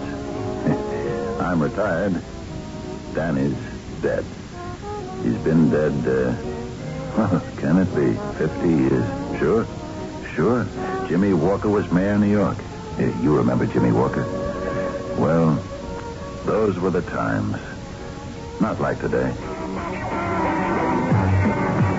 Today you go for a walk on Broadway. It ain't what it used to be when I was a detective 50 years ago. Where are all the great restaurants, the great shows, the great stars, and the great fighters? Where are the great fighters? They used to train here at Stilton's gym, just west of 50. You could see them every day, punching the bag, skipping ropes, working out. Now, mostly empty, like some seedy, rundown, deserted cathedral. And Solly Stilton himself, very old, very gray, half in the world, half out of it. Hi, Solly. Who's that? Me, Jerry Roman. Oh, Jerry. Jerry the cop. Yeah. Kind of quiet today. No, they'll be here. They'll be around. It's at the box. Natural. Yeah. It's your day off, Jerry? Solly, I'm retired. It's been 15 years now. Oh, yeah. Huh. Where's the time go? It beats me. Yeah, well, maybe the time don't go nowhere. Maybe just stand still and we go, huh? It makes just as much sense one way as the other. You think it'll all come back one day, Jerry? Sure. I don't. Never say die, Solly. Matt, you're already dead. How can it come back? Yeah, they say the TV killed it. No. The kids themselves, they don't want it. They all want to get rich quick. They don't want to put in the work. They don't want to train. Yeah, that's how it goes. And the people don't want it neither. What's that? Huh? Oh, some kid working out. They come in here now and then, but it ain't like it used to be. Hey, that kid. He don't look all bad. What does he weigh? 160. Nice build. Hey, who does he remind you of? Who? He's got the same black hair. Yeah, he even holds himself the same way. Yeah. Now that you mention it. Danny Malloy. Malloy. Dapper Danny Malloy. Malloy. Am I right? Hey, he shouldn't be here. Huh? Who shouldn't be here? What time is it? It's 2:30. You okay, Solly? He's fighting tonight in the garden. Who is? Dapper Danny. Against Soldier Davis. Wait a minute, Solly. Yeah, for the middleweight championship. Listen, Solly. Well, why ain't he in a hotel room resting up? Solly, it's not the... Solly, listen. Dapper Danny fought Soldier Davis 50 years ago, and both of them are dead today. So are all the guys in the fight crowd. They're dead, too. Everybody's dead, Solly, except you and me. Then who's that working out at the back? Like you said, Solly, just some kid. Oh, yeah. Yeah, I probably got his name written down in the office. Say, Solly, you look tired. Why don't you just go inside and lie down on the couch, huh? No, I'm okay. Yeah, sure, but why don't you try a little nap, huh? Come on. Yeah. Well, maybe I ought to go. Something like this happens every time I see Solly. Then he lies down, sleeps a little bit, and forgets all about it. Till my next visit. Solly and me, I guess we're the only ones still around. But this black-haired kid, all by himself, alone in the gym, why does he make me think of Dapper Danny Malloy? Hi. Yeah, hi. Oh, don't stop at Mike, huh? I did my 10 minutes. Yeah. You look good. Oh, thanks. Say, listen, you ever hear of a fighter named Malloy? Dapper Danny Malloy? No. You look a lot like him. My name's Barlow, Bobby Barlow. Bobby Barlow. Hey, good name for a fighter. My name's Jerry Roman. How do you do, Mr. Roman? I like the way you carry yourself. Huh? I get the idea you know something about boxing, Mr. Roman. I've seen a few fighters in my day. You're looking at someone who's going to be the best. Well, nothing like confidence. I can't miss. You know why? I'd like to hear it. Not just because I feel it, but because I want to work. Now, my manager won't be here for another week. So he said, relax, have some laughs till I get there. But here I am. I shape up here every day. Yeah, that's the way to do it. I'll tell you something else. I got this good luck charm. Oh, you believe in that, too, huh? I never used to, but I found this little thing, and suddenly everything fell into place for me. Everything I was trying to learn about, coordination, you know what I mean? Yeah. I feel that I can lick anybody in the world. looked at him and listened to his voice, I started getting a chill up and down my spine. This was Dapper Danny talking. Who is this Dapper Danny Malloy I'm supposed to remind you of? Good middleweight. Oh, the champ? No. Well, why not? He could have been. He was only one fight away. What happened? He was killed. All right. Too bad. An accident? No. He was murdered. Hmm? Well, who did it? We were never able to find out. Well, weren't there any, suspects? Oh, yeah. Big-time gambler, Andy Blue, lost $1 million on the fight. He thought he could get Malloy to go into the tank. Malloy just laughed at him. Good. Then there was Jeannie Barr. She was a chorus girl. They'd been going together for a couple of years until this society dame came along and kind of took them over. Oh. Jeannie was a very excitable girl. She said if she couldn't have Danny, nobody else could either. Well, which one of them did it? Both of them confessed. Well, which one was found guilty? Neither of them. You know how the law is. A person's innocent until he's proven guilty. Mm-hmm. Each of them tried hard, but neither of them could prove they were guilty. Well, somebody had to do it. Yeah. Yeah, that's true. Well, doesn't anybody know who did it? I know. I could never explain it to anybody. And if I tried, it would be a quick trip to the nut house. I looked at this boy, and where before I was only getting a chill up and down my spine, now I could feel my blood beginning to freeze. Because I could tell, I knew he was going to be killed in the same way. But what could I say to him?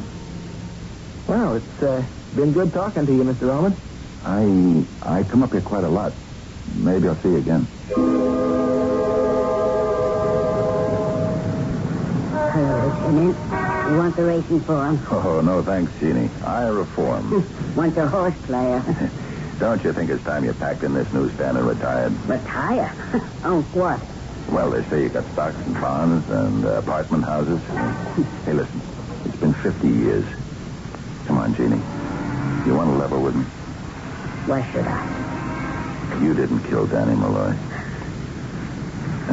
Jeannie, you okay? Don't do that again. Do what? Don't say Danny Malloy out of a clear blue sky without warning me. I have to be prepared for that name. I'm sorry. But Jeannie, did you kill him? I said I did. Yeah, and I know why. You had to have that satisfaction, right?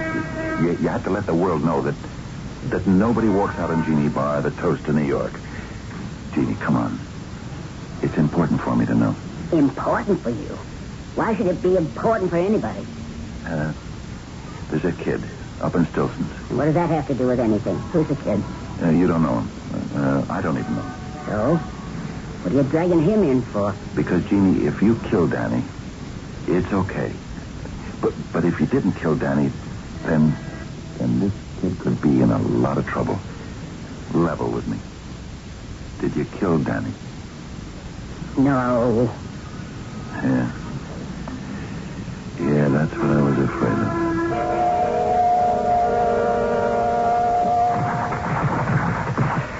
Hello, Mr. Ullman. Good morning, Bobby. I must say, you don't look too good. I don't feel too good either. What's the matter? Up late last night? I couldn't get much sleep. I kept having this crazy dream. Yeah, about what? Oh, that's just it. I don't even know. You ever get dreams like that? Yeah, sometimes. This thing kept waking me up. Thing? Remember what it looked like? Well, it was more like kind of a noise. What did it sound like? Kind of a hissing sound. Like Like a snake? Yeah. Yeah, that's right. That's it. Every time I'd fall off to sleep, there'd be this noise. Huh? Did you see anything? I'm trying to think. There were these two lights. They were close together. Lights? You mean like lamps, light bulbs? No. They weren't like that kind of lights. They seemed to be burning, and they were small. Yeah? Would you say these were eyes? Eyes. Yeah. Yeah, that's it. Looking right at me. Yeah, did they have any color? I can't remember. They seem to be very cold. Cold eyes. That's right. Cold eyes like a snake. Snake. Yeah, of course. That hissing sound and those pale, cold eyes. A snake. A huge snake. Yeah. Now, why would I dream about a snake? Why? I knew why. I'd been through this before with Danny Malloy. This snake was going to kill him. And there was nothing he or I or anybody else in this whole wide world could do about it. Now, this is, after all, the 20th century, and a snake is only a snake, despite its fearsome reputation. And I'm sure there are adequate ways to handle it. Competent people with the knowledge and equipment to... but here we are being highly rational. And who says any of this has a relationship to reality?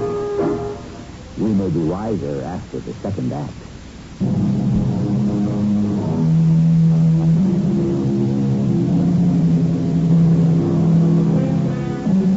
The world twists and turns upon itself. In that sense, it may be said to resemble a snake. Snakes do not enjoy the best of reputations. They were given a bad deal in the Garden of Eden. And even if we should want to hear their side of it, it's admittedly difficult to get close to them. But the truth will out somehow. It usually does. What you're saying is the snake just kept you awake. Yeah. I'd hear the hissing, and then I'd see the eyes. Was this the first time? Well, it's the first time it's been this clear. But for over a month, I've had this funny feeling. What funny feeling? Of being, scared. Bobby, does the name Saris mean anything? Saris? No. Bobby, tell me something. Would you give up the ring? You give up boxing? Never. Why should I? I was going to answer him to save your life. But how could I have explained it? What words could I have used to convince him? He'd look at me, and what would he see? An old man. And what would he think? He'd say to himself, poor old guy, he's senile. I looked at him, and I saw Dapper Danny Malloy. Dapper Danny that morning as he opened the door to his hotel room. It's 50 years ago to the day, but I remember it clearly. He opened the door, and he had that big grin. Hey, the joint's raided. Hi, Danny. What can I do for you, Sarge? You can let me in. They say the long arm of the law goes every place. Danny, I've been assigned to be your bodyguard. My bodyguard? Yeah, your life is in danger. Who says so? Andy Blue is in a lot of trouble because of you. Did that chump actually think I'd throw the fight? These are the rumors that prevail. Yeah. Look, I'll tell you who I'm scared of. Who? Jeannie Barr. Why would she want to kill you? The oldest reason in the world. She can't have me. But I thought the two of you were getting married. Hey, don't you read the columns? Winchell, Sullivan, both of them had it. You mean you're not in love with Jeannie anymore? That's how it goes. Huh?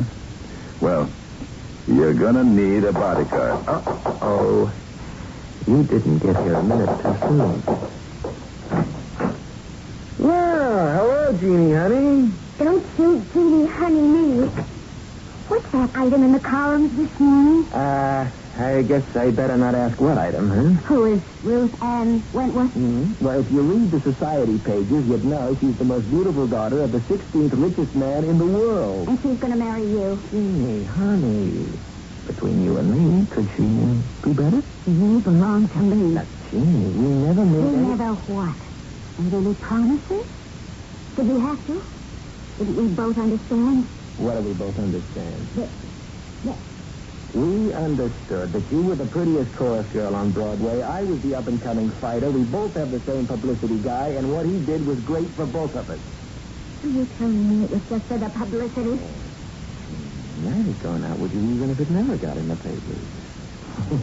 Never had so much fun in my life. Then what are you marrying her for? Honey, I'm just a pug. You're just a showgirl. We can't afford each other. Don't leave me. Look, in a week, 2 weeks, you'll forget all about me. Never. All right? The truth is, honey, I'm going to forget about you. Oh, you'll never forget me. You won't live long enough to forget me. Now, Jeannie, you shouldn't say something like that in front of a cop. Oh, is that a fact? Well, you just listen to this, Sherlock, and write it down if you want to. I can't have you, Danny Malloy. Neither can anybody else. No, Sergeant Roman, I said it. You heard me say it. And I mean it.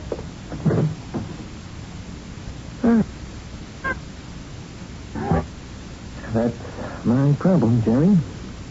It's always been my problem. I wish I had a problem like that. No, you don't. You can see I need a bodyguard.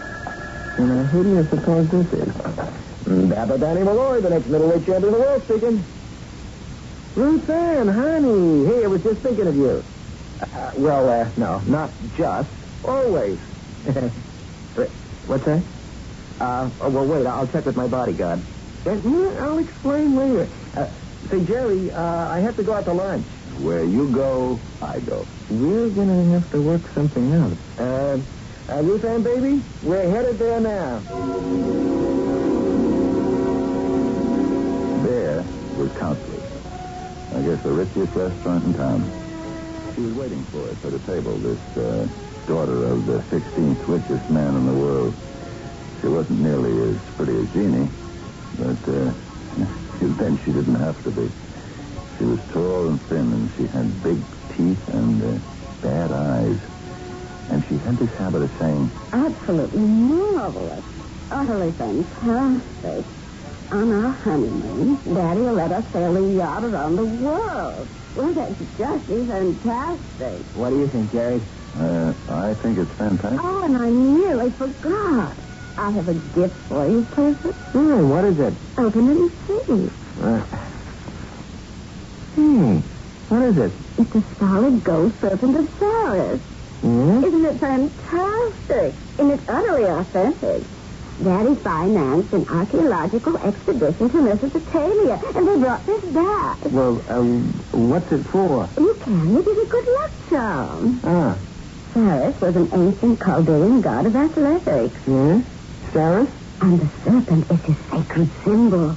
Isn't that fantastic? Yeah, sure. And since you're an athlete, darling, I said to Daddy, I must give it to Danny. It was predestined. It was foreordained. Oh, my goodness, where has the time gone? I have an appointment with the hairdresser. Call me this afternoon, beloved. Oh, fine. If this one only had Jeannie's looks. The better if Jeannie had this one's money. Yeah, that's a good-looking piece of jewelry. Yeah, but a snake. Maybe it'll be a good luck charm. Yeah. Something tells me I'm going to need one. That was the day I knew something had started. I guess I called it the Day of the Snake. I know now what it came to mean to Dapper Danny in the end. But would it also mean the same thing to Bobby Barlow, the youngster now working out in Stilton's gym? Hi, Mr. Roman. I was hoping you'd come by. How are you today, Bobby? Great, except, it's just that I still seem to have these crazy dreams. The same dream about the hissing in the eyes? Yeah, they're mixed up in there somewhere, but there's also a high wind, and it blows sand. Sand? Yeah, and I can hear a word. A word?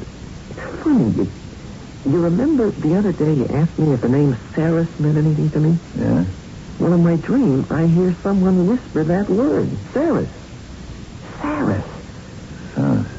So, what made you ask?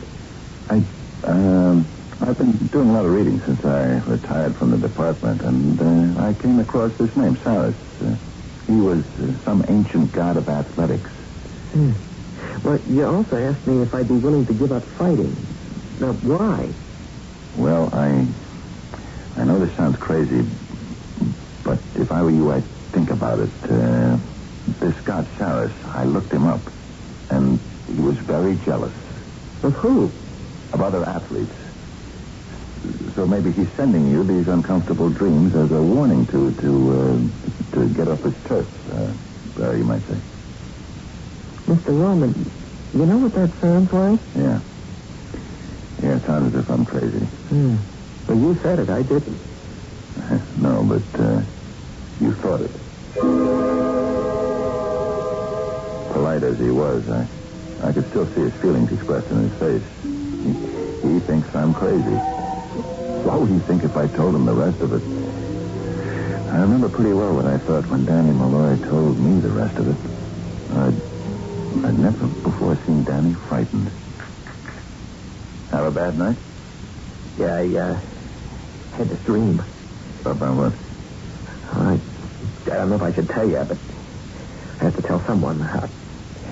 Jerry, when was the first time you ever heard of Mesopotamia? I guess it was at lunch yesterday. Yes, me too. And when was the first time you ever heard of the Chaldeans, whoever they are? Yesterday at lunch. Check. And now this god, this heathen god, Saris? He's also part of the lunchtime scene. Right. Well, I dreamed about him last night, and I dreamed about a snake. Just like the one on the charm. Well, that's okay. Nothing to be alarmed about. Jerry, I am really scared. Scared? Of a dream? Yeah. Scared out of my wits. Hey, look, Danny, maybe you need a doctor. No doctor can help me. Why? Because of what I did to Saris. What you did to him? I killed him. In my dream, I killed a god. Do you know what that means?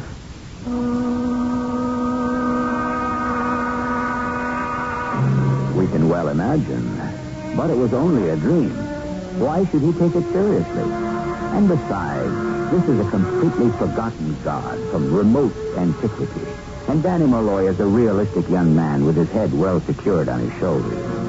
But it's these practical, realistic folk who suddenly see ghosts and spirits and gods materialize from thin air. And is it possible they may be right? I'll be back shortly with Act 3.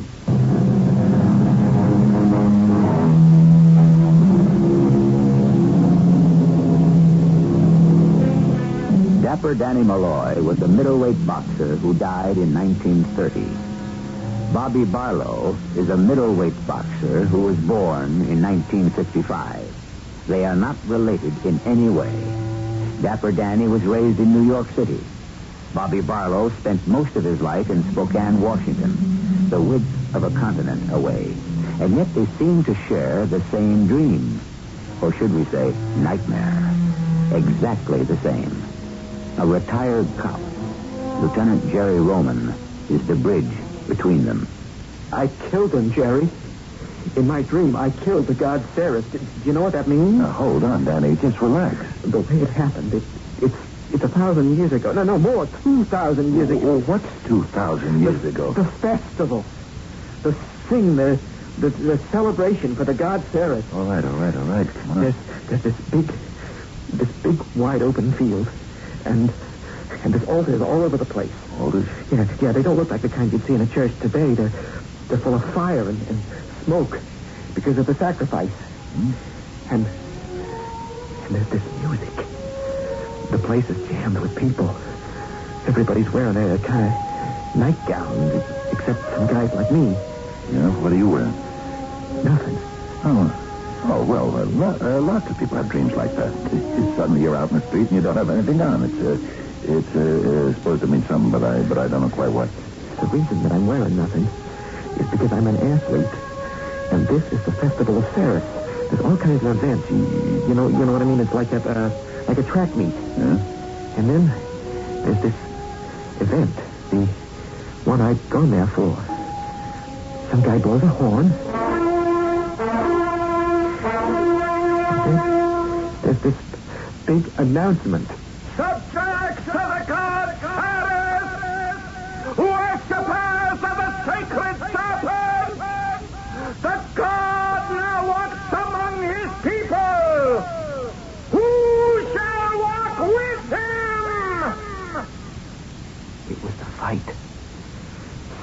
would take human form and show up at the celebration to combat with mortal people. Well, that sounds like an overmatch if he was really a god.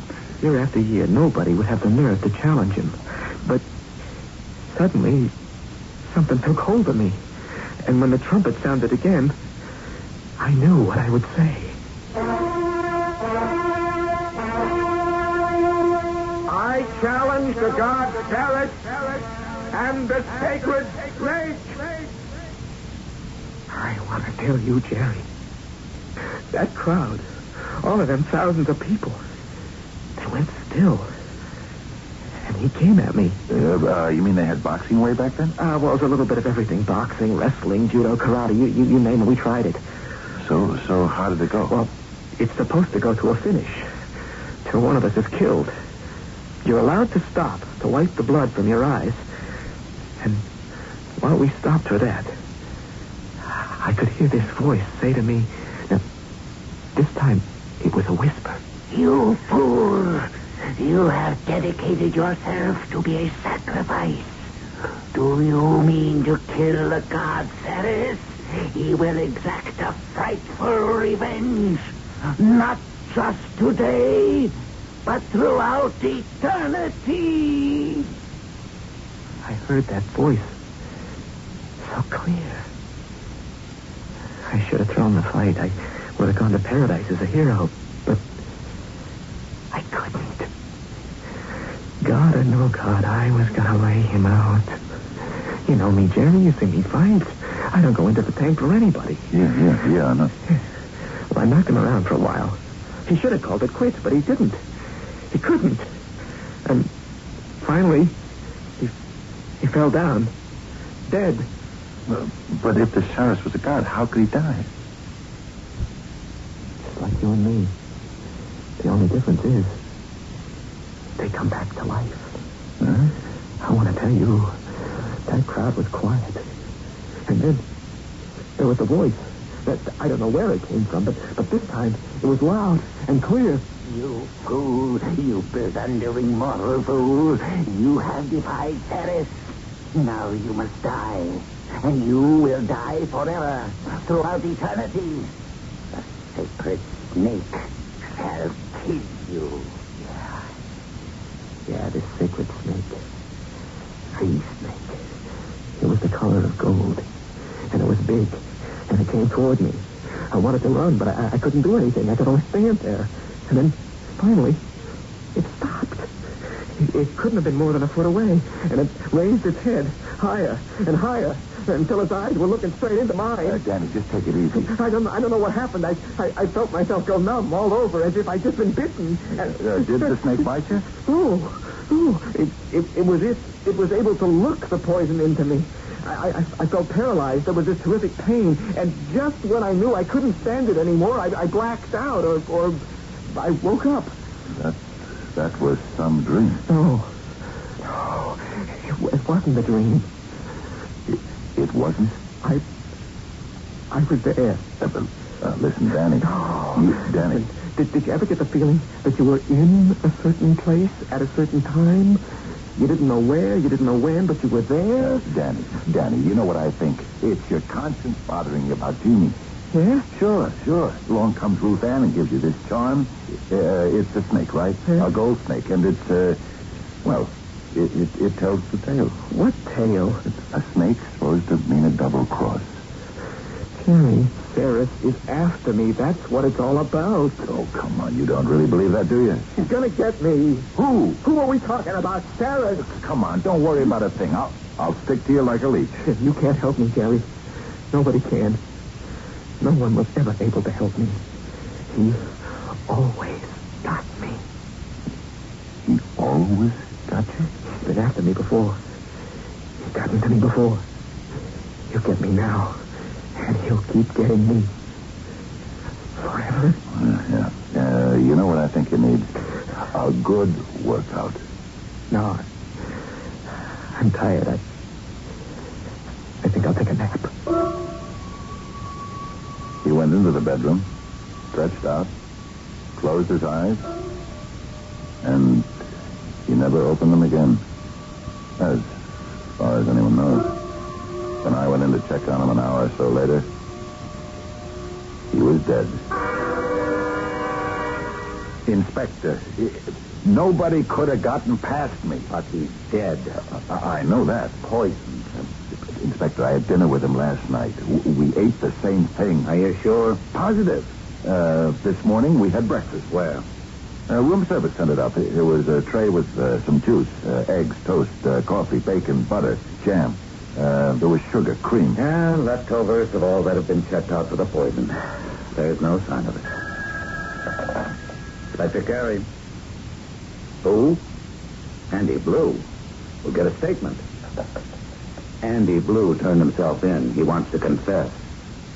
You think he did it? I know he'd want to do it, but how? Yes? All right. Get a statement from her, too. That was Jeannie Barr. Huh? She also wants to confess. Usually it's the other way, huh? Don't you tell me I can't go in there. Inspector, I did it. I'm here to tell you I did it. Now, just a minute, Jeannie. Well, Jerry will tell you. He heard me say I'd kill him. Now, you did hear me, Jerry. You did. You know you did. Now, why don't you go outside and dictate a statement? Are you for real? I'm guilty. Jeannie, no, you're not, and neither is Andy Blue. Andy Blue? What does he think he's doing? I killed Danny all by myself. I sneaked into the hotel kitchen. Sure. No, please listen to me. You see, I heard him make up a tray for Danny's room. I sprinkled poison into the eggs and the coffee. Jeannie, which eggs and which coffee? I had breakfast with Danny. Why wasn't I poisoned? Why? Danny and I helped ourselves from the same tray. Well, don't ask me why. I'm no expert, no doctor. Maybe you're immune or something. I'll have to ask you to leave, Jeannie. You're not going to take this away from me. I did it. I'm afraid not. What are you trying to pull? I'm telling you, I did it. I know my rights. I'm going to get myself a lawyer. Now, look. How was he poisoned, Jerry? You didn't see anyone, hear anyone? No, Inspector. How was it done? You both ate the same food. You poured the coffee from the same pot. And why are there no traces of the poison left in the utensils, in the food?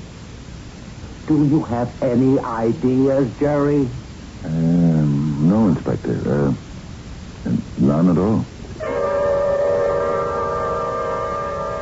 That's all I had to do was tell the inspector about Cyrus and the snake and the dream. And besides, how could I even be sure? It was sometime later when the inspector called me in. All right, Jerry, we're closing the case. Unsolved. No, not exactly. Danny died of a heart attack. I thought he was poisoned. So did the medical examiner at first. But he couldn't identify it as any poison known to man, so he said it was possible that it wasn't poison at all, but some sort of a heart malfunction. And that's good enough for him, huh? Yeah, and it's good enough for me. Yeah, well, then I guess it has to be good enough for me. And it's been good enough for almost 50 years. Until a week ago when I walked into the Stilson's gym and I saw this great young fighter working out, this young Bobby Barlow, who for a reason I could never explain reminded me of dapper Danny Malloy. And Bobby was telling me about some dreams he was having about the eyes of a snake and the same name, Cyrus. Mr. Roman, I've been having those dreams, those same dreams. Huh? What do you see now? I see fields, crowds of people. You told me you found a charm. Oh, yeah, I did. Yeah, where?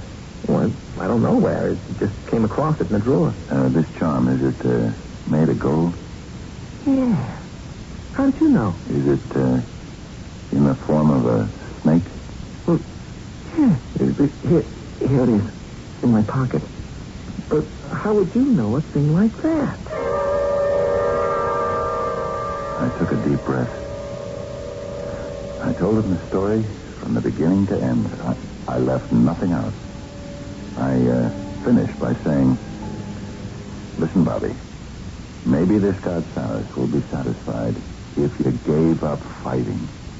If I give up the ring? Then maybe he won't feel he has to keep on killing you.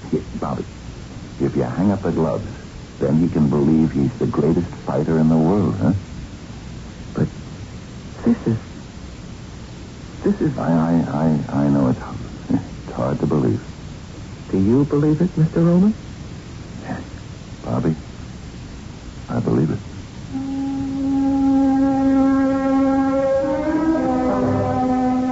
Hello, Jerry. Hi, Solly. Oh, well, where you been? Oh, down in Florida. I've been checking out my grandchildren. What's new around here? Oh, nothing. Nothing's ever new. I think I'll close up the joint. No, you won't. You know that. Say, Solly, whatever happened to this Bobby Barlow? Oh. The kid who reminded both of us of Dapper Danny Malloy. Oh, yeah, him. Yeah. He ain't been around. I run into his manager. I understand the kid hung up the gloves. He did? Yeah. Yeah, he could have made it, too, but kids today, they don't want to work. They don't like to train. They ain't willing to pay the price. This kid could have been another Dapper Danny Malloy. Yeah. Maybe that's what he was afraid of. What do you mean, Jerry? Nothing. Nothing at all, Solly.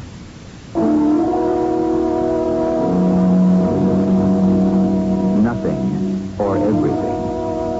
If you were a young boxer and some old man had told you a story like that in the gym, would you believe him? Well, maybe Bobby Barlow did. Or maybe Bobby's thoughts of all the long and weary hours of punching the bag, skipping rope, road work, all the sacrifice. And suddenly he may have decided it simply wasn't worth it. I'll be back shortly.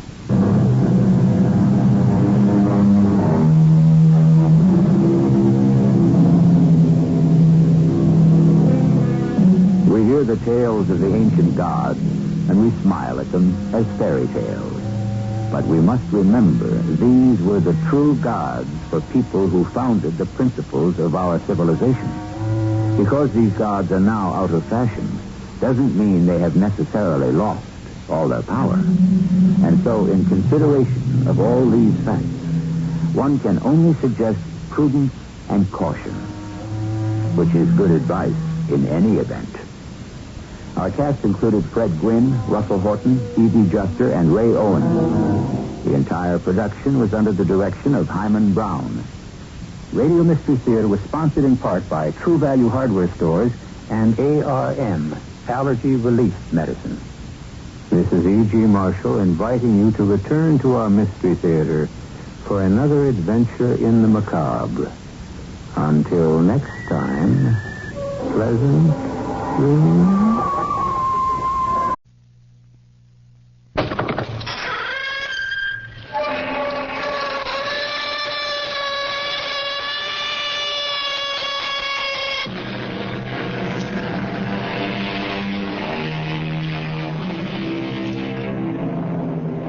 Come in.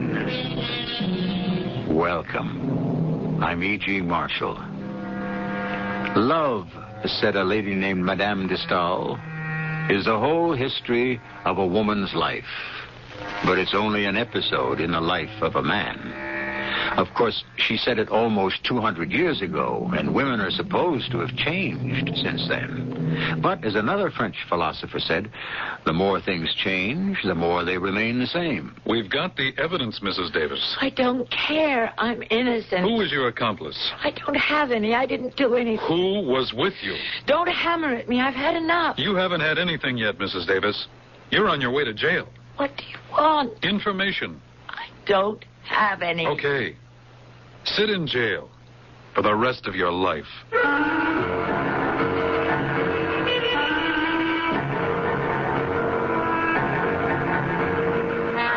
Our mystery drama, The Giuseppe Verdi Autobus, was written especially for the Mystery Theater by Sam Dan and stars Tammy Grimes. I'll be back shortly with Act One. Travel used to be the privilege of the very wealthy. If you were poor, you stayed put. If you were rich, the in thing, historical centers of Europe, where hopefully they might absorb a bit of culture. This was known as the Grand Tour. Today, as befits these democratic times, it appears that everybody seems to be going somewhere. An endless number of travel agencies put together grand tours to allow ordinary, everyday folk to savor the glory that was Greece and the grandeur that was Rome. At the height of the season, they say, there are more Americans in Italy than Italians. Amici, friends, dear friends, all good members of the Green Bus. Il autobus Verdi, green, like Giuseppe Verdi, green. You are now on your own for the lunch. And if you wish to shop, you walk that way 5 blocks to the Ponte Vecchio. And please, you must all be here again by 2 o'clock. Is that so, Mrs. Davis? Where is the Signora Davis? The bellissima Signora Davis. I'm here. Please do not keep us waiting. I won't. I promise I won't. Because we must be prompt. When we reassemble, we shall go to see the Michelangelo's David. So remember, amici, eat a light lunch. One cannot appreciate great art on a full stomach. I see he's picking on you again. Gildo? Oh, I love him. He's such a lamb. We're lucky to have such a fine tour guide, aren't we? And he just knows everything. I was wondering, Mrs. Davis, do you have any plans for lunch? What did you have in mind? Oh, I don't know. I just don't care to eat alone. Won't you join me? That's hardly a flattering invitation. Oh. However, I don't like eating alone either. I didn't realize how that must have sounded. It's just that I'm somewhat out of practice. The truth is, so am I. Well, shall we? Certainly. Oh, my goodness. What is it? Look at that smile on Mrs. Morrison's face. Which one is she? Oh, yes. She's been waiting for this ever since we arrived in Italy. Waiting for what? For you to take my arm, Mr. Wilson. Oh? You and I are the only singles on the tour. Everybody's been trying so hard to get us together. What is there about married couples? They're such confirmed matchmakers. Perhaps they want everyone to share the happiness of married life. Or the agony. Do you speak from experience? I'm afraid so, Mrs. Davis. Mrs. Davis, is there a Mr. Davis? There was. He died. Oh, I'm sorry. He was a wonderful man. But it's been 5 years now. And finally, I've decided to come out of mourning. All that time, everyone's been saying to me, life goes on. And now I realize it does. It should. It must. I see your marriage was happy. And yours? Well, she and I, we married too soon and we stayed with it too long. It embittered both of us. Now, I suppose, like you, in a sense, I'm coming out of mourning, too. Shall we go to lunch, Mrs. Davis? Why don't you call me Norma? I will, if you call me Charlie. How about lunch? Why don't we go into some little shop and buy a loaf of bread? You mean pane and some cheese. You mean fromage and a bottle of wine. You mean vino. And stroll leisurely through Florence. You mean Firenze.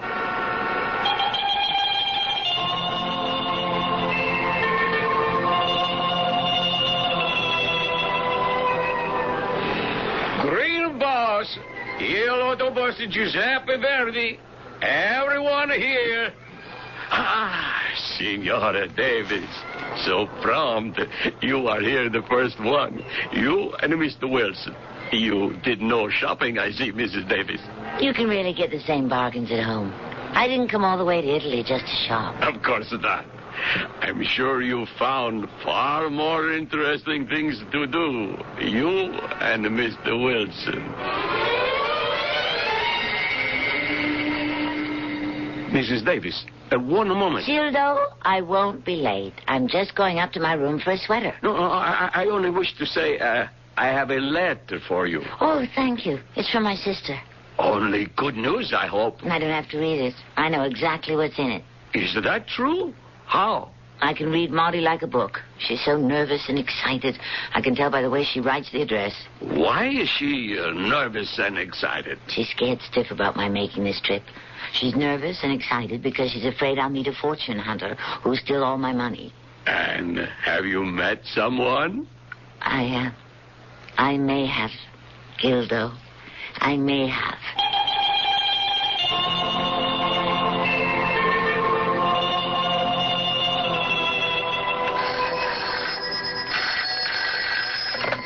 Hello? Norma, are you ready? Oh, Charlie, of course. I'm just finishing this letter to my sister. Are we late? Oh, no, of course not. Plenty of time. Don't rush. I'll be down in 5 minutes. He's taking me to the opera tonight, Maudie. Just think, La Scala.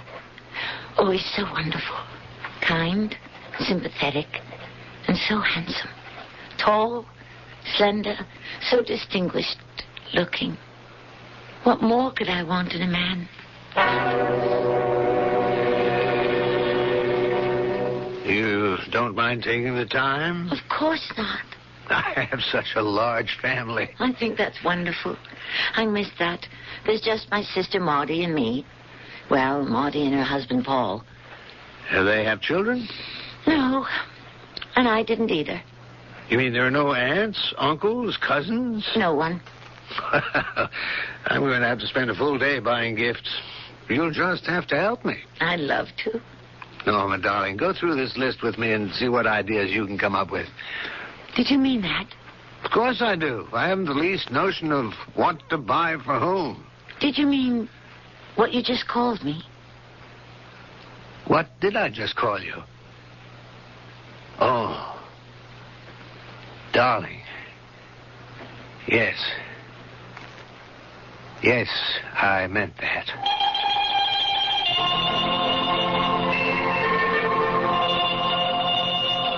And here is the remarkable Colosseum. Not only did they have fights between gladiators and men and beasts, but it could be flooded, and there were real sea battles. Ah, if these ancient stones could only speak, what a tale they could tell us. You don't appear too impressed, darling. The truth? This is the first thing I've seen in Italy that simply doesn't make me want to say, wow. Really? If you want the truth, the Los Angeles Coliseum is bigger. So is the ballpark, Chavez Ravine. Are they? I would say so. Yes, I would definitely say so. Well, I've never been there. Great places to see ball games. You like sports? Well, I suppose you could call me a fan. I go all the time. Football in the fall, baseball in the spring and summer. I'm afraid this wouldn't make a very good baseball park. I hope you won't let this little disappointment spoil the trip. Darling, this is the most wonderful thing that ever happened to me in my life.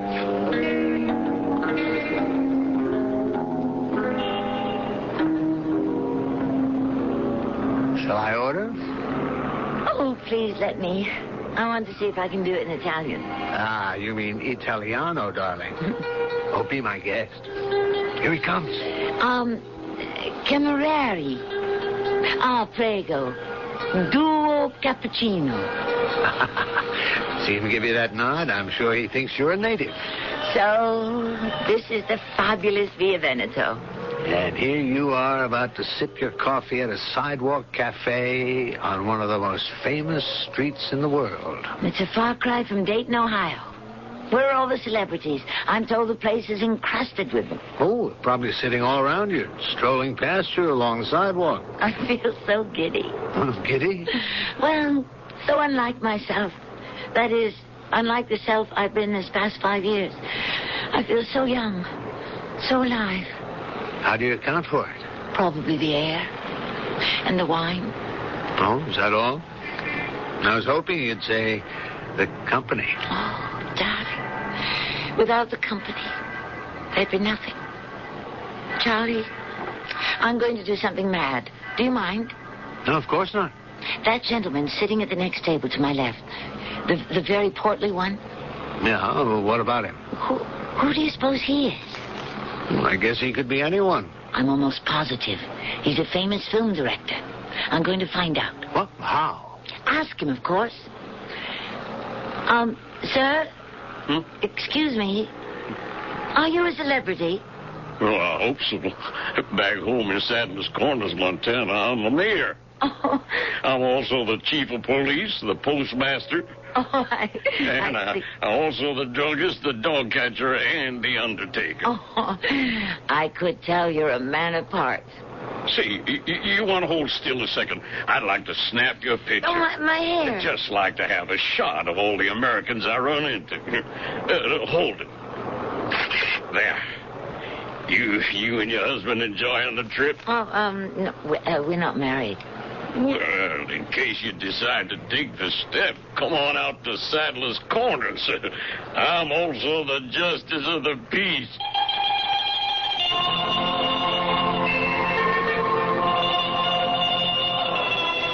Gildo. Ah, my Senora Davis. You are so beautiful in that lovely gown. Thank you, Gildo. I want you to have this. Oh, no. It is not necessary. It is. And not just because the tour brochure says it is customary to tip the guide, either. It's because, oh, Gildo, you made Italy come alive for me. That is because you were alive for Italy. See?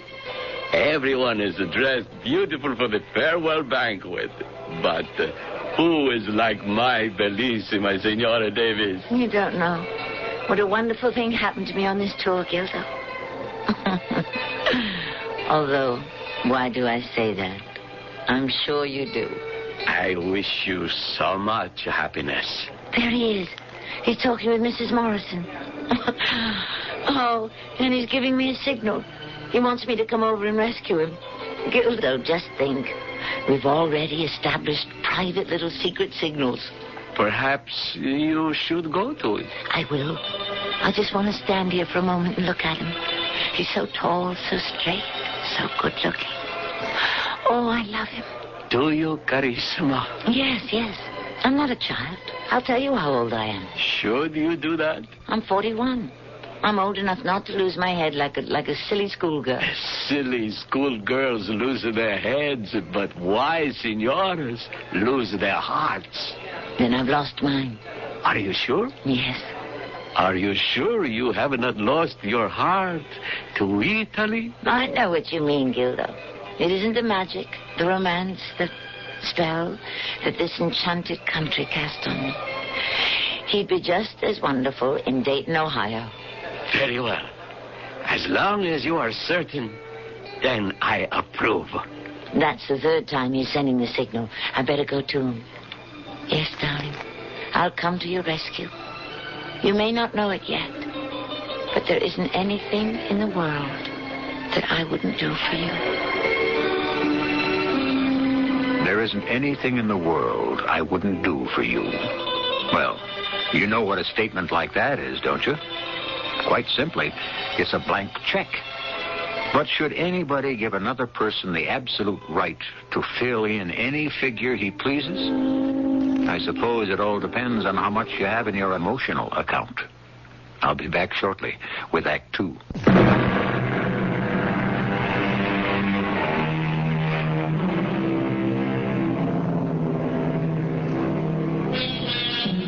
A very romantic lady wrote a song which goes, "We've come to the end of a perfect day, near the end of a journey, too.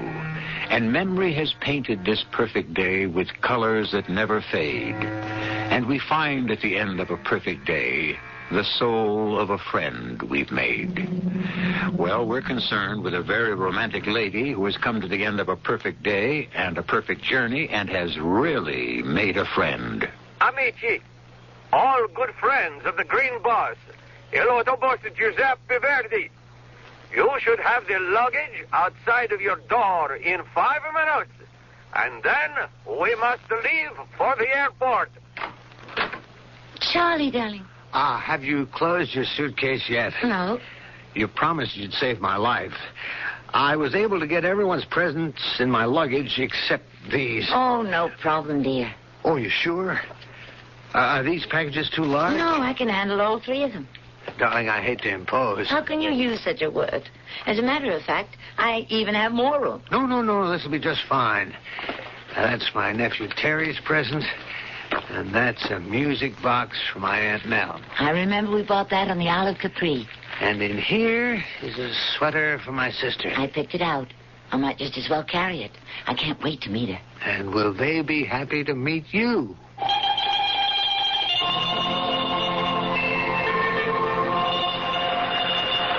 And now the bag.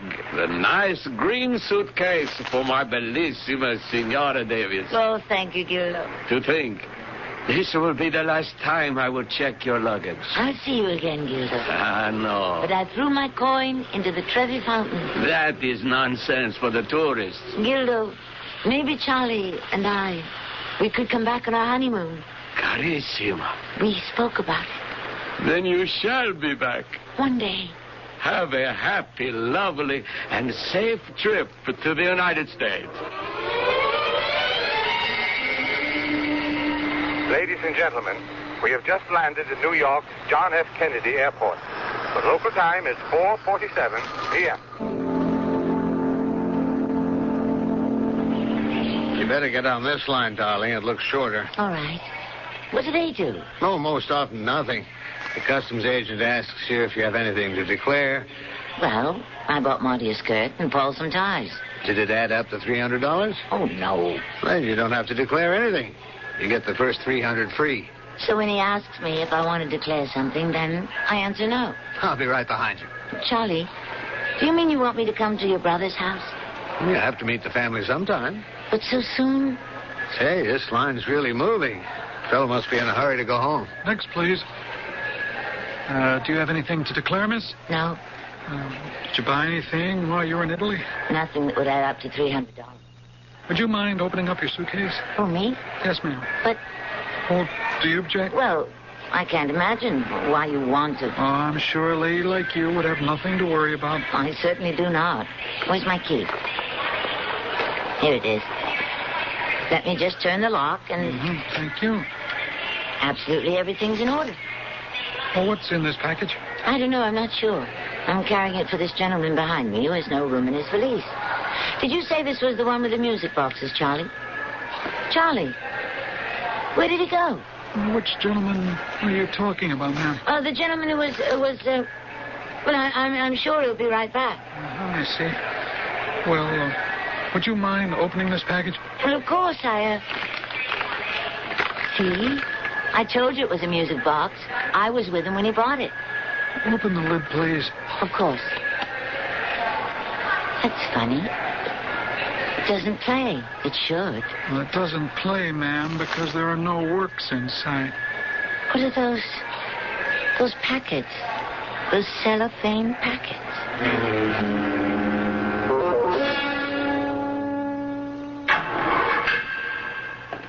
Well, Mrs. Davis? Who are you? My name is Detective Lieutenant Marvin Stern. I'm with the Police Narcotics Division. Have they read you your rights? Yes, whatever that was. They did it. Now, I want you to listen. Were you permitted to call your lawyer? I don't know any lawyer in New York. I called my sister in Dayton, Ohio. Mrs. Davis, do you know what the best thing would be? Look, I can't even begin to tell you how many people have been hammering at me. I tell you the same thing I told all of them. I don't know anything. I don't know how that powder came to be hidden in my suitcase. The powder found in those 3 packages happens to be pure heroin. Depending on how it's cut, it could have a street value of close to $1 million. But I don't know how Yes, I do know. He gave it to me to carry for him. He didn't have room in his valise. I see. Charlie Wilson, he said... Oh, what's the use? Check with the tour. Old Heritage Tours. They'll tell you a man named Charlie Wilson was on the tour. We already have. Then you know I'm telling you the truth. A man named Charlie Wilson was on the tour. That's what I've been telling you. Mm-hmm. Mr. Charles Wilson of 34 Piermont Street, Salisdale, New York. I told you that was his address. Except there is no Mr. Charles Wilson at 34 Piermont Street, Salisdale, New York. There's no such street as Piermont Street, and there's no such town as Salisdale. Oh. Mrs. Davis, the quickest and easiest way for all concerned is for you to tell the truth. But I've told you the truth. My name is Norma Davis. Yes, that's true. I live in Dayton, Ohio. That's also true. I'm a widow. I live with my sister, Mrs. Paul Torrance. That is, we all live in my house. After my husband died, I didn't want to live alone, so it seemed like a good idea. Really, it wasn't. It isn't. What am I saying all this for? Mrs. Davis, we know all about you. What do you know about me? We know you work in the housewares department at Naylor's. We know... No. You don't know anything. Do you know what I think, how I feel? The last 5 years, do you know how lonely I've been? How frightened? How I finally gathered my courage and went away on a trip, and I had this dream of wonderful Italy, and I dreamed I fell in love. Or am I still there? And is this the dream? The nightmare? Mrs. Davis. What do you want? Are you telling me I smuggled in some drugs? Well, the drugs were in your suitcase. It's a mistake. The customs agent was performing a routine random spot check. You opened your valise for him. You saw what was there. But I don't know how it got there. You do. Charlie asked me to carry those 3 packages because he didn't have room in his luggage. Charlie, he can explain. There was a Mr. Charles Wilson on that tour. He's gone. There's no trace of him. We don't know who he is or where he can be found. His passport. The State Department has no record of issuing such a passport. It was obviously a forged one. Why did he do this to me? I think by now, Mrs. Davis, we've gone full circle. From here, we shall only be repeating ourselves. It's time for the truth. Why do you keep saying that? All right. I was foolish, but it was such a long time. I wanted somebody. You wouldn't understand. Well, let's do it this way, Mrs. Davis. You're an amateur. What do you mean by that? An amateur in what? Crime. Professional criminals are using the services of more and more amateurs these days. I don't care anything about that. I'm innocent. Housewives are acting as messengers, use their telephones for recording bets. Please, Lieutenant. And smuggling. I mean, who would suspect a person like you, Mrs. Davis? For that matter, who would suspect anyone on a tour? I tell you... No. Let me tell you what you're up against. You were caught with all that junk in your possession. So don't think in terms of anything less than 15 years. If you get a strict judge, he'll write it so you serve every single day. Please don't raise your voice. I've had enough. You haven't had anything yet. You're on your way to jail. What do you want? Talk. I've already talked. Look, we don't want you. Then let me go. Maybe later. Later? When you've led us to Charlie Wilson. I don't know Charlie Wilson. But you said he gave you those packages. I knew a man named Charlie Wilson who was charming and attentive and sweet. I met him in Italy. We walked through it hand in hand. But when the plane landed here, that Charlie Wilson was gone. And now there's another one. A different one. Mrs. Davis, you don't want to sit in jail for 15 years. Why should you? Why should you if you can deliver Charlie Wilson? But I don't know where. We're convinced that Charlie Wilson, whoever he is as high as you can take us. Now, you give us Charlie, and we move up one step. Charlie can be made to give us the guy on top of him. That's another step. I'd help you if I could. You were caught with the drugs. That's all the DA needs to prosecute.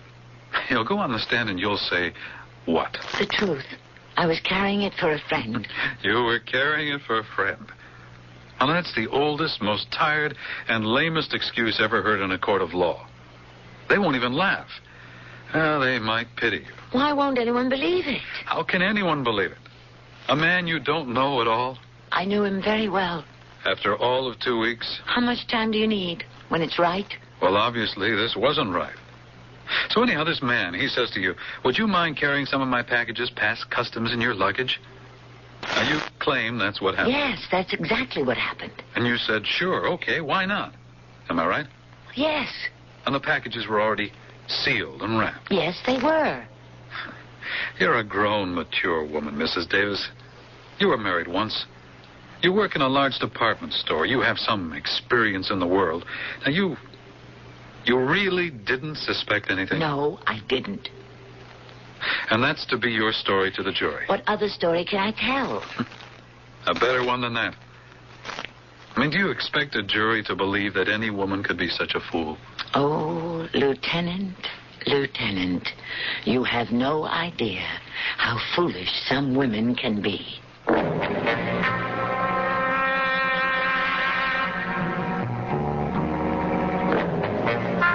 And with that confession, we shall let her rest for a brief intermission. Let us judge her lightly, because love certainly can make a fool of any of us. Didn't the poet say, love is a folly that enchants us all? Of course he did. He should also have added, we must pay a price. But as you know, the time for paying prices occurs always in Act 3.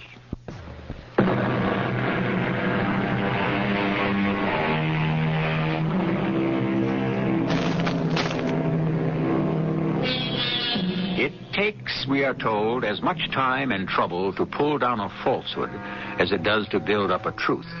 Well, that's perfectly true. However, the problems occur because quite often it's rather difficult to distinguish between falsehood and truth. And so we can never be quite sure whether we should be building up or pulling down.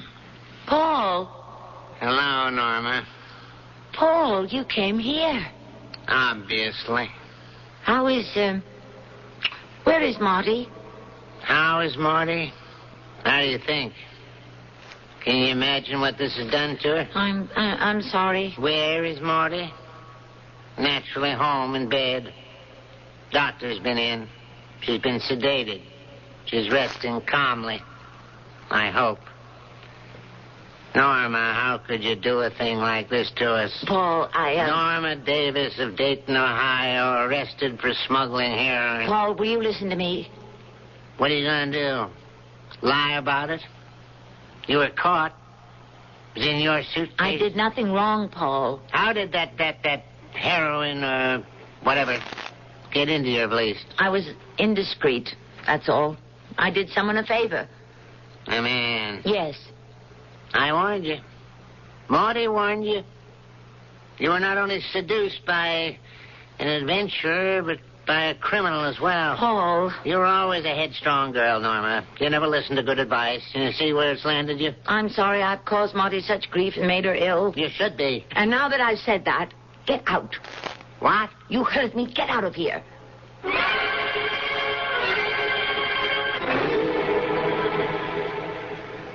Good morning. You don't look so hot. Why should you care, Lieutenant? Mrs. Davis, I'm worried about you. Is that so? The guard told me about a little scene here you had with your brother-in-law a little while ago. Was he listening? Well, how could he help it? I remember a poem. I learned it at school. The Wonderful One-Horse Shay. Oh, that was by Longfellow, wasn't it? Oliver Wendell Holmes. Anyhow, one day it was in perfect working order. The next day it just came apart. All over. That's me. A customs officer says to me, please open your suitcase, ma'am. And my entire world crumbles into dust. A man has made a fool of me. My reputation is destroyed. My own family practically disowns me. And to top it all off, I'll probably go to prison. Probably. How am I going to avoid it?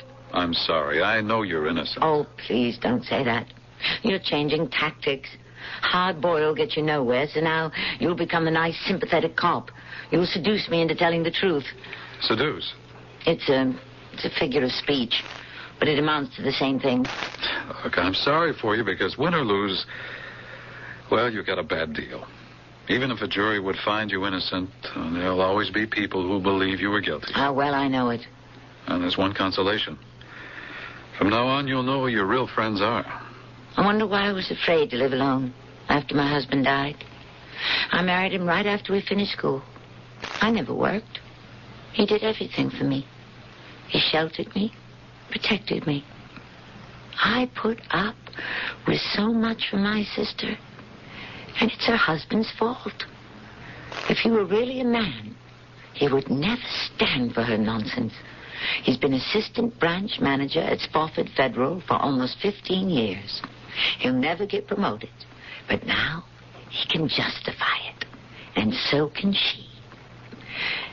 Why are you letting me ramble on like this? Oh, I told you, I think you're innocent. But I still have to get you to do one thing. And that's to uncover Charlie Wilson for me. Charlie? Mm-hmm. He's your only hope. But tell me, what were your plans? Plans? Yes. Well, we would be married. No, I mean your immediate plans. He gave you the stuff to carry in your valise. Your being stopped by the customs inspector was an unforeseen accident. Suppose you had just sailed through customs. Where would you have gone with him? Where? Yes. To a motel. And the next morning we would have gone to his brother's house in Salisdale, New York. But since you have informed me that there is no Salisdale, New York, there's no brother either. He might have murdered you. No, not Charlie. Why do you say that? You were carrying $1 million worth of heroin. Let's see, you were with him for almost 2 weeks.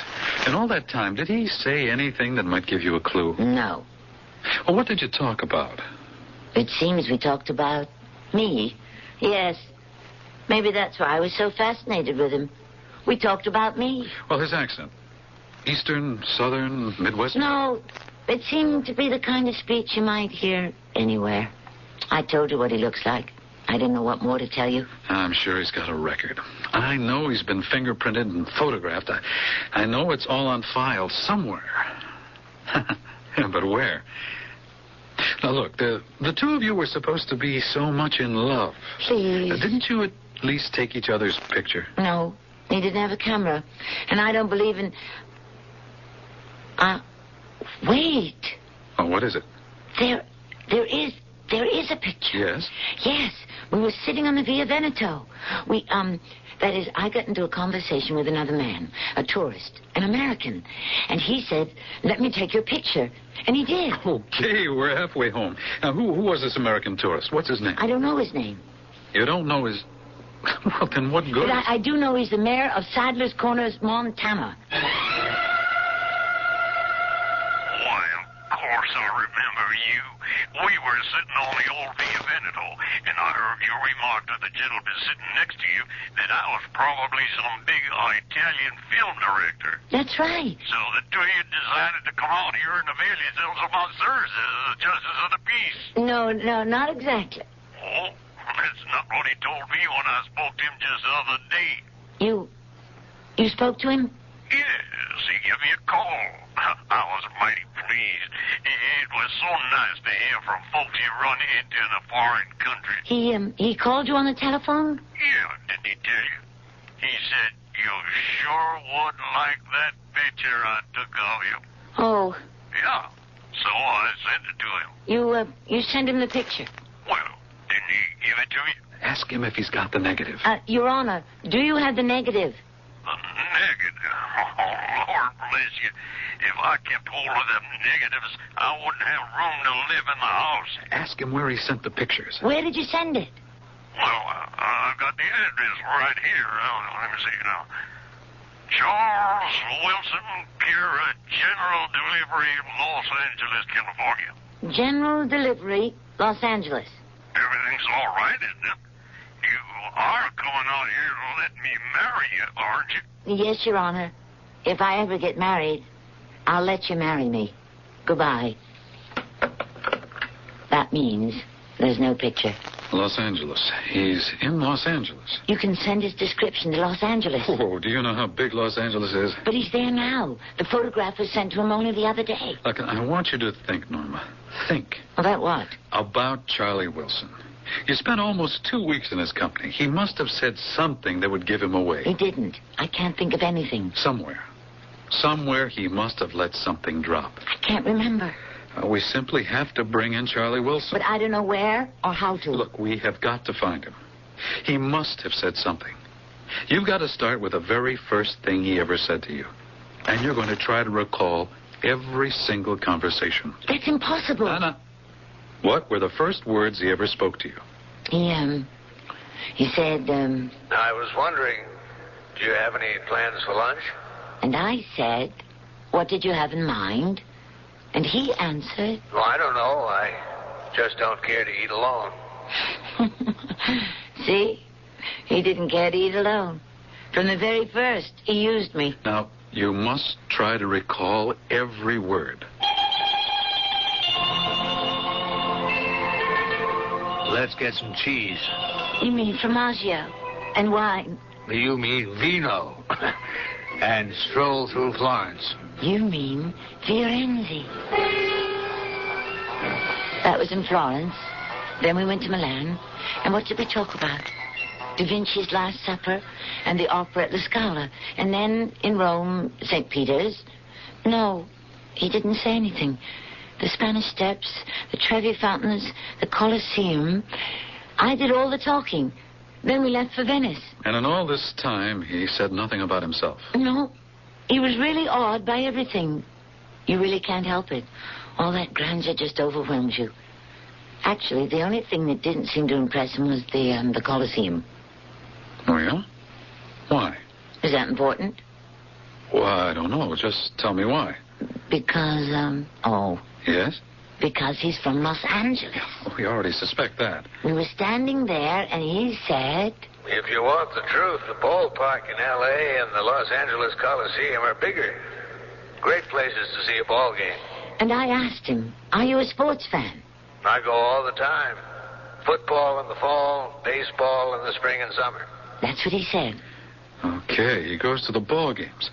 In the Coliseum or Chavez Ravine, pro football, college football, Major League Baseball. He said he was a fan. Oh, yeah. Most likely he goes and bets on the games. Does he have to go to the park to bet? I know his type.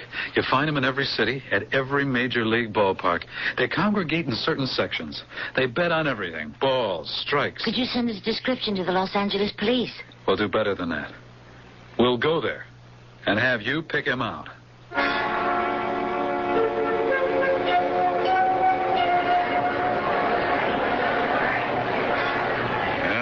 This is the section where they hang out.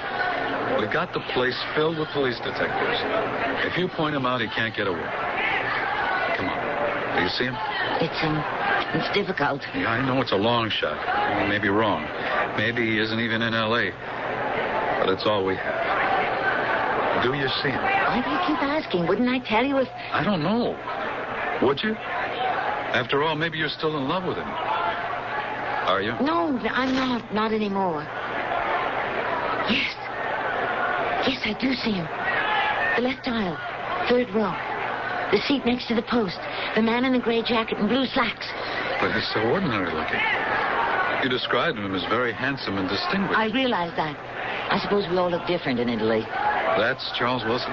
He could never deny it. We could all identify him. Hey, let's walk up and you say hello to him. Hello, Charlie. Who? Don't you want those packages you gave me? You? Sit down, Charlie. You're not going anywhere. I want to thank you, Lieutenant, for everything. Well, I'm glad it worked out. He's got quite a record, our friend Charlie. Forger, smuggler, confidence operator. And heartbreaker. Oh, did he break your heart? Not too badly. Besides, what kind of question is that for a detective to ask? Oh, I was just hoping it would never happen to you again. There's no guarantee. I just have to take the chance, that's all. Well, you're free to go, you know. You mean you have no further questions to ask me? Well, it seems to me we spent a whole week in which we did nothing but have me ask you questions. All sorts of personal questions, wouldn't you say? Yes. Would you like to spend some time asking me some questions? Yes. I think we could spend a very interesting week doing just that.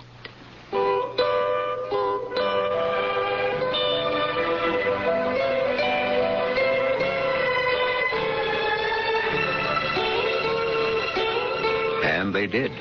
And I would suspect they went on even longer. Perhaps it makes a considerable amount of good sense for a lady like Norma Davis to become involved with a police detective. You must admit she has a talent for getting herself into trouble. You, on the other hand, will get into no trouble at all if you wait for me to return.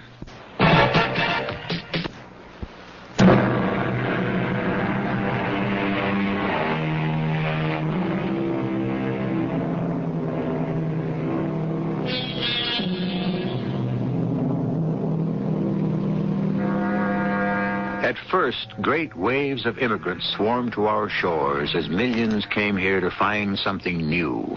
And they did. The things they were seeking, freedom, equality, justice, opportunity, these were new concepts for ordinary men and women. Now, their descendants swarm back to those European shores for a visit in order to find something old. So many of the old ways and old things are also precious and worth preserving. Our cast included Tammy Grimes, Robert Dryden, Lloyd Batista, and Gilbert Mack. The entire production was under the direction of Hyman Brown. Radio Mystery Theater was sponsored in part by True Value Hardware Stores and ARM, Allergy